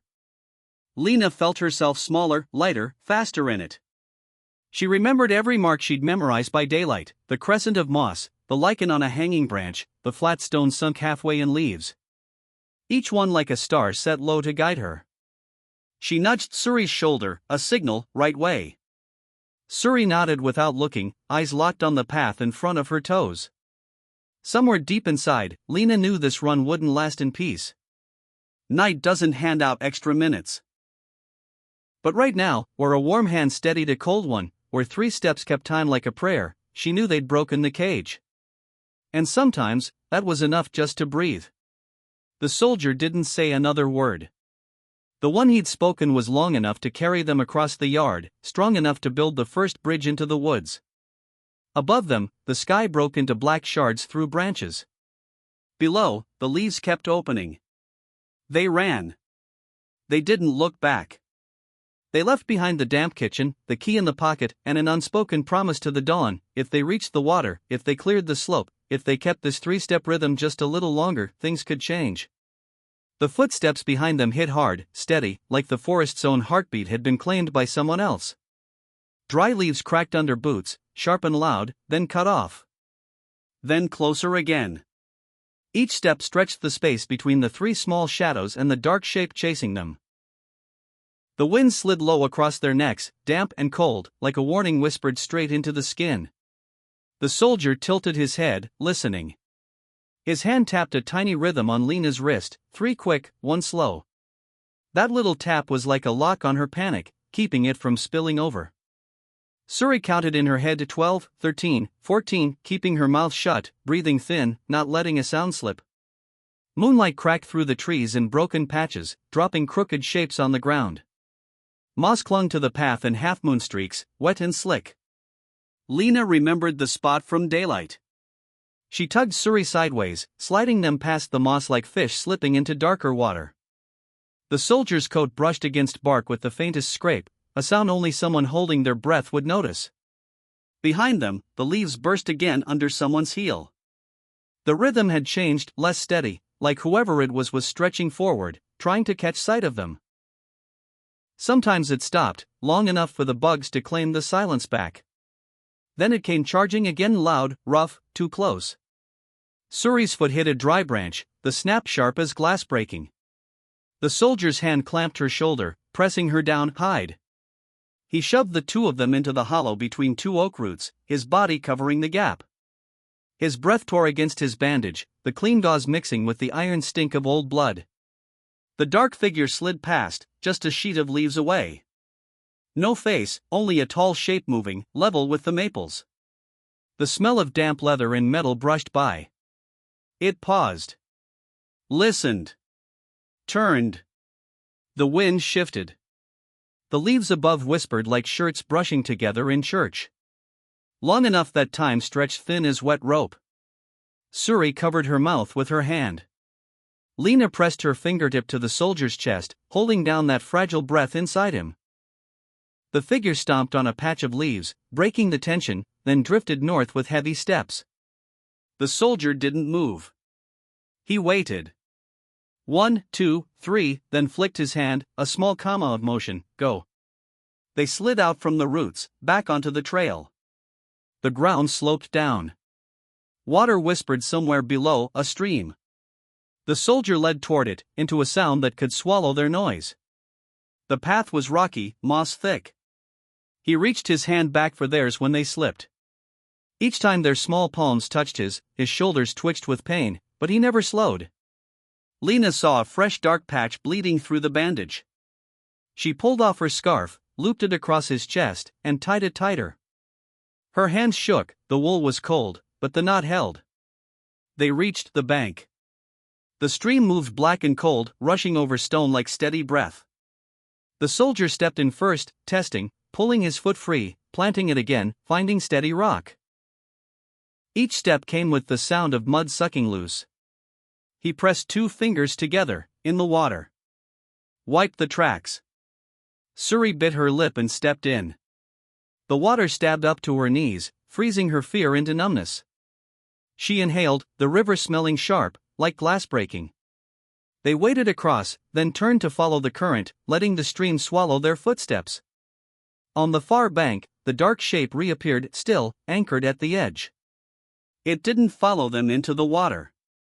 Just waited, like it knew they had to climb out eventually. The soldier shifted course, steering them down into a deeper stretch, where a fallen tree bridged the current. He pressed them under the log, the water dragging cold across their bellies. Dead leaves snagged in Suri's hair, she didn't move to clear them, afraid of sound. Lena lay flat, cheek pressed into moss, breathing in the wet green. The figure paced above, leaning, listening. Once it bent to pick something up, maybe a stick, maybe a stone. No metallic clink. Then it stopped, breathing shallow, impatient. The log above them trembled with the wind. A leaf dropped on Suri's neck, cold as ice. She clenched her teeth until they turned white, not flinching. Just then, a deer burst from the brush, thrashing leaves, charging across the bank, throwing chaos into the stillness. The shadow jerked, spun, and gave chase, crashing after it. The sound tore off into the forest, swallowed by distance. The soldier stayed low. He counted in his chest 1, 2, 3, 5. Lena counted with him, feeling his muscles pulled tight under wet cloth. Only when the forest settled again did he rise, slow, pulling them with him. Water dripped from his coat in steady strings. His voice came out softer than a voice, almost just air. Move. They didn't climb out where they'd entered. He led them farther down, then up onto the bank, stepping only on thick moss, leaving nothing behind. The ground clung soft and muddy, pulling at their heels, burning their calves. Suri's breath grew flat and quick. Lena pressed her hand to her sister's back, nudging her on. The soldier moved last now, covering their trail.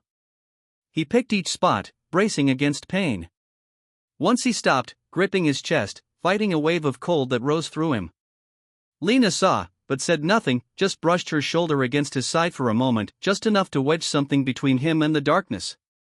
The trees opened to a clearing shaped like a sickle, grass low and black. At the far end, a slope climbed toward a higher trail, moonlight spilling across the stones. The high ground was riskier, but the low ground was heavy with mud. The soldier pointed them up. He bent low, hands gesturing, toes first, leaned forward. They climbed quiet, weight spread to keep rocks from sliding. At the ridge, the wind roared, scraping past their ears like wire on wood. The footsteps came back. This time from below, angled right. Closer. Faster. The figure had cut across the deer's trail, circling back. The three ducked under a squat pine, resin thick and sharp in their noses. Needles stabbed through their shirts, stinging but keeping them sharp. The figure climbed, boots grinding loose stones. Lena and Suri flattened into the dirt. The soldier's broad hand pressed down on their necks, heavy and protective, like an old instinct. The steps slowed, right above them.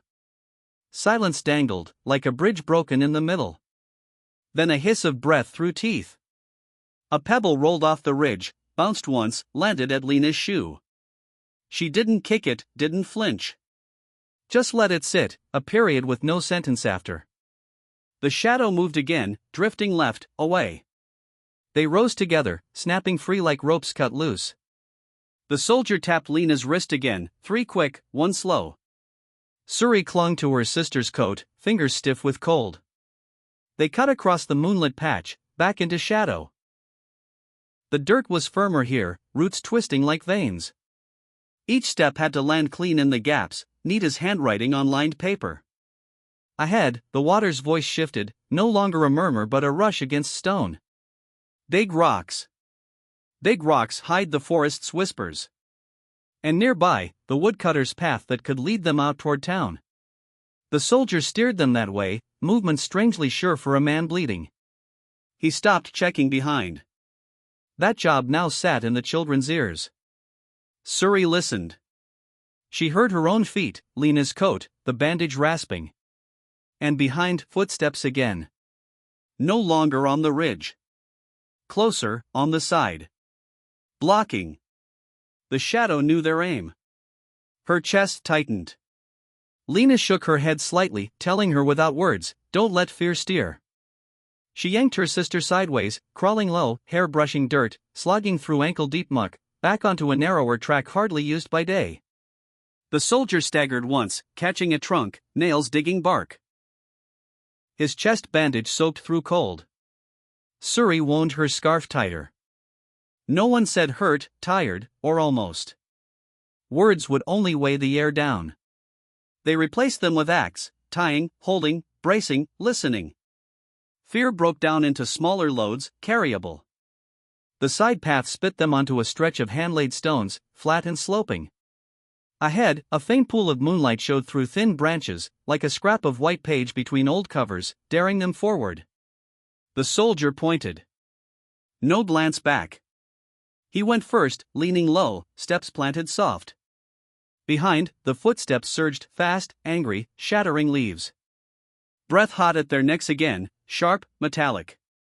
But then the river struck stone in a crashing roar, rolling foam over every sound.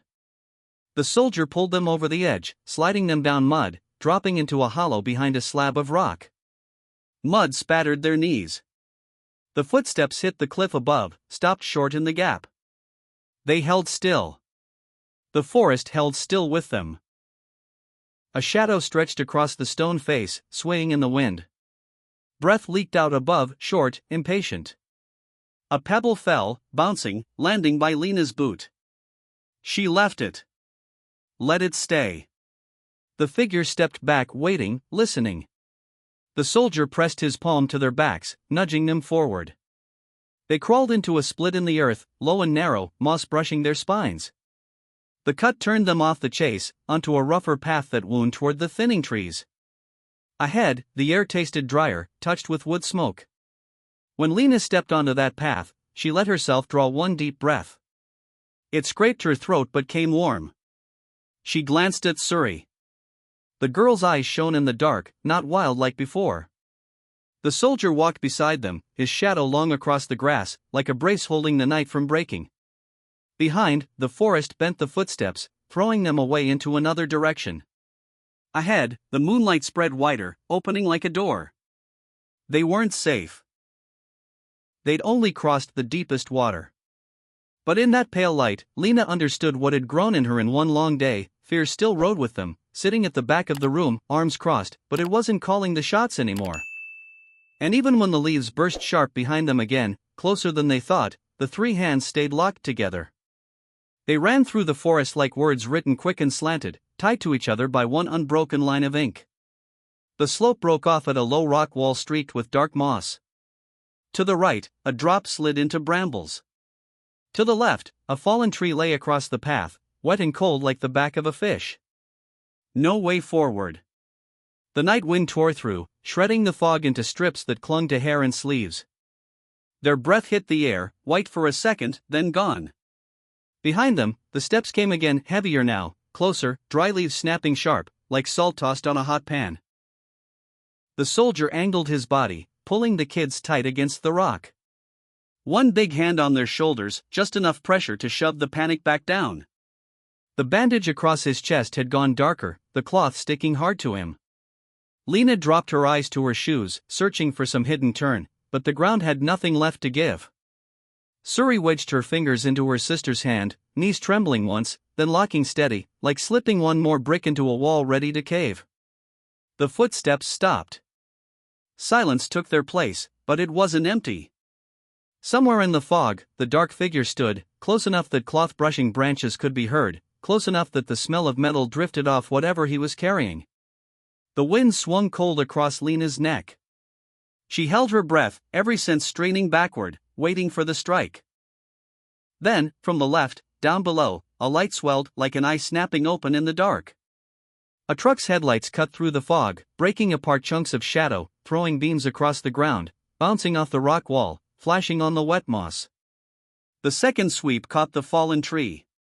The third landed square on the hollow where the three of them crouched. No time to blink. The light flooded their faces. A siren ripped through the night, slicing the silence like a knife through thick cloth. The quiet shattered, scattering into the mist. The soldier dropped low, body covering theirs. Lena pressed her face to the dirt, breathing in damp earth. Suri shielded her eyes, fingers wet with tears she hadn't let fall. The beam tilted, catching for an instant a face behind them, sharp bones, a hand raised against the glare. The shadow froze, then shifted weight, stumbling toward the deeper dark of the trees. The truck roared, tires grinding gravel, stones clattering under the chassis. Lights on the roof pulsed white and red, spilling color across the fog like spilled ink. The siren wailed again, long and jagged, shaking the treetops, sending leaves thrashing like startled birds. The soldier motioned quick, down. All three pressed flat to the rock, letting the light sweep past overhead. A door slammed. Hinges groaned under the weight. Hard boots hit dirt. A flashlight beam cut across the brush, slid over the fallen tree, stabbed into a hollow, then swung high, searching for faces. No shouting, just clipped orders, dry, sharp, not aimed at them but at the dark. A radio spat static, broken words, then the wind took over again. For a moment the light slid sideways, and Lena saw the soldier's wrist veins standing out under wet skin, hand locked steady on their shoulders. His jaw was clenched tight, as if he were holding a rope between his teeth. Suri felt the beat in his chest, steady in a way nothing else around them was. That steadiness spread to her hand, cooling the burn in her throat. Another flashlight found the place where the shadow had been. The figure bolted, diving into the heavy fog, sliding down the slope, trying to reclaim the dark. Lights chased, whistles shrilled, gravel skittered under boots. No gunfire, no sparks, just steps stretching wild, slipping between brightness and shadow. Then gone, swallowed by the deeper woods, leaving only the rush of water and the jangle of lanterns in the mist. Beside Lena, another body dropped down. No blood on this one. A hand threw a silver blanket over their shoulders, light as paper, but instantly warm. It slid across the soldier and tucked around the kids in one motion. No questions. No wasted words. Just the quiet routine of people who work in the night, checking the pulse, pressing the bandage, tightening a wrap, a thumb holding exactly where it needed to. The soldier turned his head, ready to push the hand away, but another palm pressed his wrist lightly, answer enough without speech. The siren's pitch fell, then died. The lights slowed to a softer blink. Fog thickened again, beads of water clinging to lashes like salt. From below, voices called reports, short, clipped, folding back into the scrape of gear and the sound of order being reset. No laughter, no slaps on the back. Just the night returning to itself, leaving part of the dark untouched for tomorrow. The soldier squeezed Lena's hand once, then let go, leaning heavier into the blanket. His eyes stayed open, tracking the sweep of the lights. His teeth pressed together, holding on to his breath like it was the last string. Lena slid her hand to the edge of the blanket, pulling more of it over Suri. The crinkle of foil made a soft note, cold to the touch but sealing in warmth fast, like laying a silver fish on hot coals. A water bottle touched her hand. She didn't look up, just passed it to the soldier. He lifted it to his lips, didn't drink, just pressed the warmth to his chest, the way a man once taught himself to ease pain far from home. Suri tightened her scarf, knotting it again, remembering how she'd done it earlier in the woods, and repeated it now without a word. The roof light swept the ground once more, catching the trail they'd slid down, stopping on a single deep footprint by the grass. Eyes followed it without comment. Fog split, then closed again. Metal chips glinted on the gravel, tiny and sharp. Another truck door opened across the way. Leather seats groaned.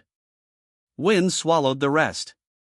What lingered was a sense of another order moving in his steady, practiced, belonging to people who know how to stand in two kinds of silence, the silence of woods, and the silence of men. Lena caught that rhythm, and in it, her trembling eased. The soldier nodded, a small gesture, like putting a period at the end of what they'd just survived. Not the end of danger, but the end of carrying it alone. Lena glanced at his face in the beamed pale cheek, wet lashes, stubble like dry moss. She touched the edge of his bandage, letting the warmth in her fingers move through him for a second, then passed it on to Suri with a squeeze. By the dirt road, the lights revealed an old boundary post, worn thin, letters gone. A scratch across it, chalk white. Lena locked it into her memory. If she ever had to tell the story, she wouldn't use heavy words. She'd just name that post, the slope, the feel of fog on her hand. From the slope below came the smell of hot engines, rubber, fresh paint, pushing aside the rot of leaves. For a moment the scene almost felt like someone's driveway on a fall night. That touch of familiarity eased the sting at the back of her head. Suri laid her forehead on her sister's shoulder, let out one long breath. The first unbroken breath in a long while. The light softened, angling down, like someone had just bowed. The soldier closed his eyes briefly. Not to sleep, just to hold on to the picture before it slipped, the stream, the fallen tree, the deer breaking loose. When he opened them, he saw only two kids wrapped in silver, and the lights standing guard like wedges holding the night from caving in. The fog thickened again. The siren was gone. A pencil scratched on paper somewhere, quick strokes redrawing the woods.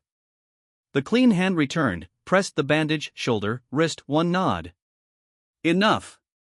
Enough for a seed of hope to stand upright in a tired chest. They weren't out of the forest yet.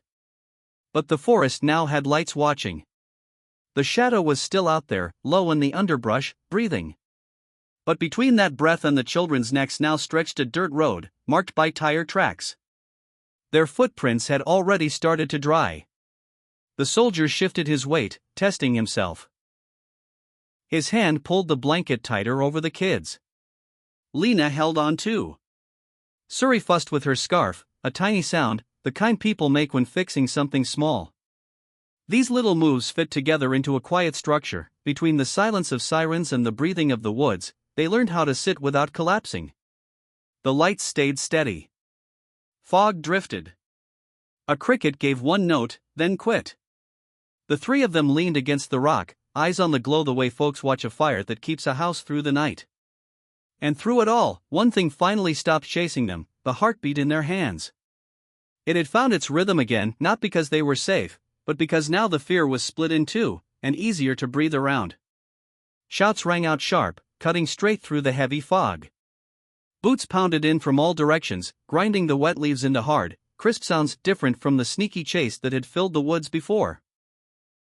Flashlights slashed across the dark, beams crisscrossing like blades tearing the night open. Someone went down, cuffs snapped shut with a bite of steel, final, cold, like a period at the end of a sentence. This wasn't just silence being disturbed anymore. This was order pushing into the forest, heavy and absolute. Elsa stepped into the circle of light, silver hair swept back by the wind, a dark coat wrapped close around her shoulders.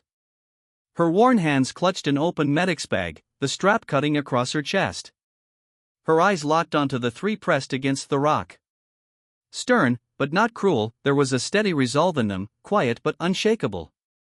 The soldier shifted, knees buckling like they couldn't carry him anymore. The soaked bandage on his chest clung to his ribs, the smell of blood rising with the damp air. Still, his hand, the same hand that once gripped a rifle, the same hand that trembled through fever, held tight to the two small hands inside his own. Calloused, rough fingers, now trembling, afraid that letting go for even a second would lose them to the dark. Lena felt the weight of it. Her own small hand shook but didn't pull away. Suri pressed against her sister, body shivering hard, but she let that big hand wrap around hers without protest. In that grip, there was fear, yes, but also a stubborn strength, not letting go. Elsa came forward, knelt in the cold mud. The lights caught her face, showing deep lines carved like old footpaths. She said nothing at first, just pressed her fingers to the soldier's wrist, felt the slow, stuttering pulse. For a moment her eyes softened, then sharpened again, the look of someone who'd stood close to death before, and once more had to fight to keep it back. "Hold on," she whispered. Maybe to herself, maybe to him. Her hands moved quick, pulling fresh bandage from her bag, pressing hard against the wound. The soldier hissed, breath ragged and broken, but his grip didn't loosen. Lena saw the veins standing out on his hand, fingers locked tight around hers, as if that bond was the last thing keeping him here. Around them, truck lights pulsed, clipped orders snapped through the night, radios crackled. It was chaos everywhere else, but inside that grip, time slowed down. Lena looked up at him. Her eyes were wide, caught between fear and awe.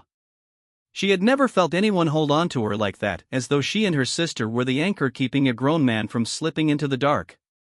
Elsa tightened another wrap across his chest. She glanced once at the children, then at his blood-stained hand locked on theirs. She gave a small nod. That bond wasn't to be broken. She worked around it, never pulling them apart. Suri buried her face in her sister's shoulder, her own heartbeat hammering in her ears. The soldier's breathing came in waves beside her, rough and close. She shut her eyes, and in that red darkness behind her lids, she saw her mother's hand again, the way she used to hold them during blizzards that rattled the old cafe windows. The soldier tilted his head, lips parting, trying to speak. Only a faint breath came out. But then his hand squeezed harder for just one beat, and Lena understood, "Don't be afraid." The flashlight swept over his pale face, sweat beading and sliding down his cheek. But in his eyes, light still burned, weak, stubborn, clinging to the sight of two kids who hadn't let go. Elsa gave a signal. Men came forward, laid a stretcher on the ground. The silver fabric stretched out, the frame clinked together. Still, his hand stayed locked. As if to say, if they took those hands from him, he'd slip away for good. So Elsa nodded again. This time, the children stayed right where they were, their hands in his, all three lifted onto the stretcher as one. a small, fragile unit, but solid in its bond. Wind stirred the trees, brittle leaves dropping across the road. Far off, the iron snap of cuffs still echoed where the shadow had been dragged away. But here, in the pulse of flashing lights, what stood out most was that bloodied hand refusing to release, and two trembling ones still resting inside it. For a moment, Lena felt her fear shrink back, making room for something else, the sense that even scars and memories could be carried if this grip held. Strength was showing itself, not in promises, but in a hand that simply would not let go. The stretcher rose, carried toward the light. Lena and Suri moved with it, not pulled, but bound into it. And for once, they weren't terrified. That rough, scarred hand was still with them. And in the fading sirens, in the cutting beams of light, they knew one thing for certain: whatever lay ahead, they weren't alone anymore. The fluorescent light poured down, harsh, white, dry. It washed over faces still streaked with sweat, blood, and dirt. The police outpost was small, walls painted a pale gray, peeling in patches. A narrow window with rusted bars showed nothing but fog outside, the sky not yet breaking into day. Inside, it was bright enough to sting the eyes, but it didn't carry an ounce of warmth. Lena and Suri sat shoulder to shoulder on a wooden bench, the paint chipped away to bare dark grain. Their backs pressed lightly to the cold wall, knees touching, hands still clasped tight, the way they'd been holding on ever since the soldier appeared in the night. Their hair was a mess, knotted with sweat and dust, a few strands stiff where they dried against their cheeks. A young officer stood near the desk, scribbling fast but never interrupting. He let the silence breathe, waiting for the kids to find their rhythm before they spoke. Elsa leaned against the far wall, arms folded, her eyes both protective and watchful. She knew what came out tonight mattered more than bandages or medicine. It was evidence, proof of wounds that left no blood. Lena kept her head down. Her lips were dry, cracked. She had to press them together a few times before her voice finally broke through, small, shaky, like wind squeezing through a crack in the wood. Breakfast was just dry bread, some days not even that. We'd sit across from each other, but weren't allowed to talk. If my sister coughed, my aunt just glanced at us, then back to her ledger. No questions. No concern. Suri shivered, tilting her head against her sister's shoulder. Each word cut like glass through her own memory. The white light left no shadows to hide in, forcing every detail into the open. We had to sweep the floors, wash dishes, scrub clothes. If we slowed down, she'd slam a wooden ruler against the table. That sound, it was loud. Lena's voice dragged, every word scraped out like from a throat too tight to speak. The pause after was heavy. Only the scratch of the officer's pen broke it, steady and dry. Suri opened her eyes, breathing quick. She bit her lip, then blurted out, voice trembling harder than her sister's but clear. Sometimes she locked us in the attic. Door shut. Wind coming through the cracks. We'd hold on to each other and listen to the branches hitting the roof. Nobody called for us. Nobody checked. Her eyes widened, and under the fluorescent glare, they shone like glass. Inside them was more than fear, there were layers of memory stacked heavy, only now breaking free. The soldier sat off in the corner, his chest bound tight, his body sagging.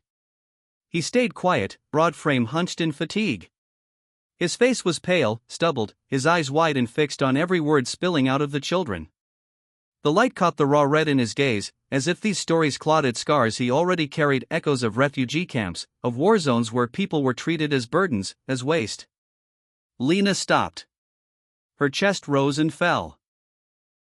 Suri wiped her tears with the back of her hand, but her fingers exposed the raw redness at her knuckles from too many days in cold water. The lights made those silent wounds impossible to miss. Nobody pressed them. Nobody hurried them along. Out of that quiet, the next words fell soft as rain but hit deep. Our mother used to read to us, in a little cafe. That's gone now. Everything closed. All we have left is each other. Lena's voice rasped, almost breaking. The bulb above ticked faintly, like it was burning the last of its oil. Suri couldn't hold back anymore. Tears slipped down, slow and heavy, soaking into her old shirt. She lifted her head, eyes drifting across the grown-ups in the room, and her words cracked open like a vessel breaking. "We just want someplace warm. A thicker blanket. A meal we don't have to hide in our sleeves." In that cramped room, her words rang out like a soft bell, but bounced off the wooden walls, lingering as if louder than they were. The officer glanced up for a moment, then bent back to his page, his hand slowing. In the corner, the soldier clenched his bandaged hand, veins standing out, eyes shut tight. His breath caught, broken, like someone had set a stone on his chest. Elsa stepped forward, laid a hand on Lena's shoulder, a firm squeeze. Her eyes said, "Keep talking. No one can silence you anymore." Lena drew a long breath, lifted her head from the table, and faced the light. This time, her voice was steadier, still quiet but sure. "We're not afraid to tell it now." The room stayed cold. The light stayed harsh. But the trembling had shifted into something else, a fragile kind of strength, like a candle's flame holding straight against the wind. The next morning, fog covered the little street like a heavy blanket. Thick, white, clinging to rooftops, to the rotting fences, even to the old maple tree that stood frozen, more shadow than wood. No sunlight broke through. Just that dim, cold glow that made everything feel locked in ice. The old wooden door creaked open on tired hinges. Martha stepped out. Stiff frame, ashen face. Her hands shackled in front of her, her thin coat hanging loose, hem soaked through with fog. She didn't fight. Didn't protest. Just walked, each step heavy, pressing into the damp ground, leaving dark, wet prints behind. 2 men walked with her, one on each side. They didn't rush her, but there was no softness in it either. Boots hit the ground steady, mixing with the faint drip of fog sliding off the eaves. Each step seemed to pull more silence down onto the street. Curtains shifted. Windows cracked open just an inch. Pale, hollowed faces peeked through glass fogged by breath. They watched, eyes holding a mix of surprise and tired resignation. No words. No gossip. No comfort. Just those eyes, staring deep, as if carrying something they'd known for a long time but never dared to say. A truck sat waiting at the end of the road, engine humming low, its steady vibration cutting through the mist. Martha paused for just a beat before climbing in. She turned her head, looked back at the old house, peeling boards, dark attic window. Her eyes gave nothing away.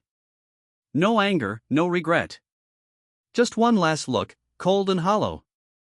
From inside the police outpost, Lena and Suri watched through the small pane of glass. Neither spoke. They just pressed close together. To them, the sight wasn't the same kind of fear as when Martha used to slam her ruler on the table. It was something emptier now, like a hollow space left behind. A bitter echo of hunger, fatigue, and neglect. The truck doors shut. The steel clanged sharp, final. Then came the growl of the engine as the wheels rolled over the wet street, leaving behind long black streaks that disappeared into the fog. When it was gone, the street slipped back into quiet. Just the faint hiss of wind carrying damp chill. Windows slammed shut, as if they'd never opened. Faces vanished behind the glass, as if none of them had seen a thing. The fog stayed thick, hiding everything past a few steps ahead. But inside that gray blur, one thing was clear, the silence of the neighborhood. Heavy, dense, thicker than the morning mist. No goodbyes. No voices. Martha was taken away like a shadow, and the whole thing sank straight into a cold kind of forgetting. The yard outside the station was dead quiet.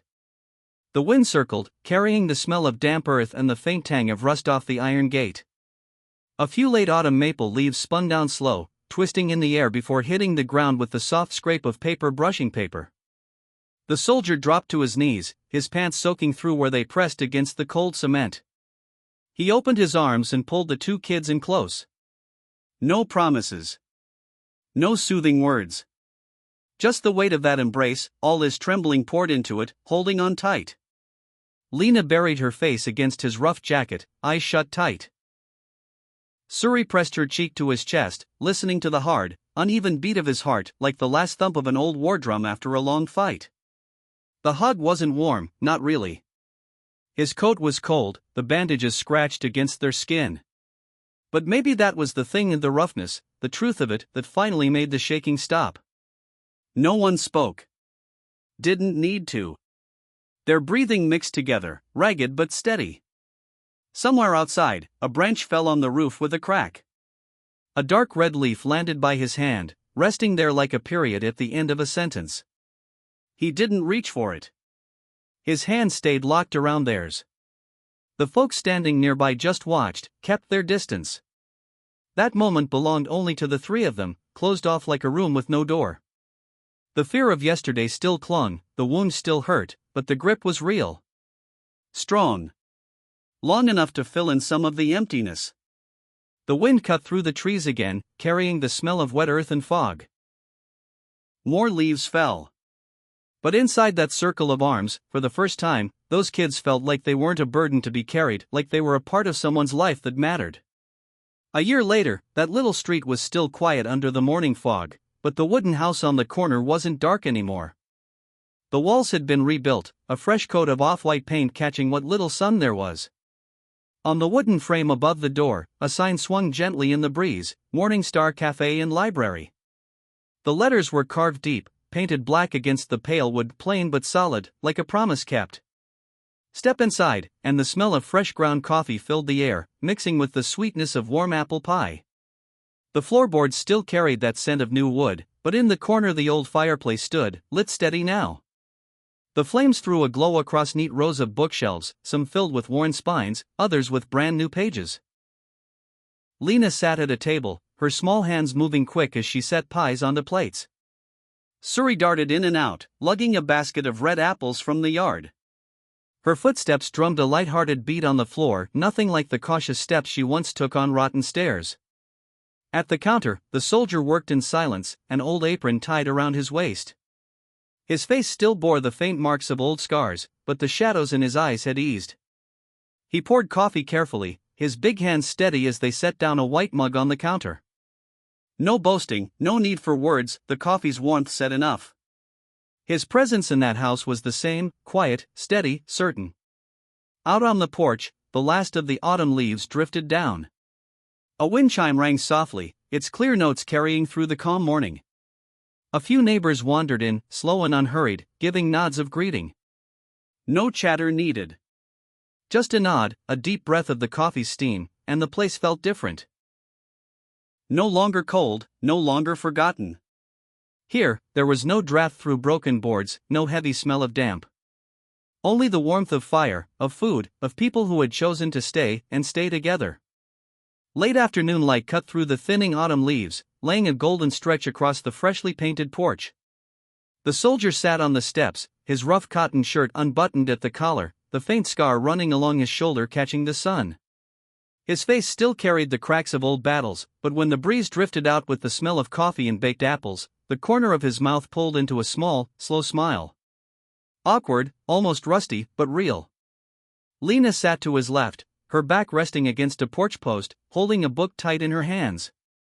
She wasn't reading, just staring past the pages at the line of maples out front, the same place where shadows once stood waiting. Suri leaned against him, legs swinging to the rhythm of the wind, her hair loose and tangled, smelling faintly of kitchen smoke. Nobody said a word. They just sat there, letting silence build a bridge from one heart to the other. And in that quiet, the old fear was still there. It hadn't vanished, it lived deep down, like ashes under coals. But above it, new warmth had caught fire, enough to hold them together, enough to teach that courage doesn't mean you stop shaking. It means you keep moving, even when your legs still remember the chase, still remember the breathless flight through the woods. Out front, the wooden Morning Star sign creaked softly. A wind chime let out a long note that faded into the open air. Maple leaves fell, no longer carrying dread, just the light rustle of a greeting. The soldier stretched out a hand, brushing Suri's hair, then set his other hand gently on the book Lena held. No words. Just a simple gesture that said, "Here, we belong to each other." The sky dimmed, light folding into thin strips behind the ridge. From inside the house came the steady scent of coffee, the warmth of apple pie still fresh. And on the porch, the three of them sat quiet, letting the past rest behind them, letting the present flow through each breath, and leaving the future to open with the wind. This wasn't an ending. It was just a different way to live. A new road, where fear didn't vanish, but had been named, faced, and tucked inside an embrace that wouldn't let go. Some stories don't need a final period. They just drift, like wood smoke over a porch roof, like the smell of coffee lingering in a small room. The soldier never became a hero, and the two children never stopped being afraid overnight. But they found another way to live, a place where pain isn't erased, just set down gently beside a hot cup of coffee and a fresh apple pie. In that silence, you see it. Courage isn't standing without trembling, it's sitting together, letting the past breathe but no longer swallow the present. If you've carried old memories that are hard to name, I hope this story touches a quiet corner of you. Maybe in a glance, a hand held, or just the presence of someone who stays. Do you see yourself somewhere in their silence? Leave a word, a thought, not to tell everything, but to remind us we're still moving forward. Fear remains, the road is long. And maybe, in sharing even a little, we each find a way home.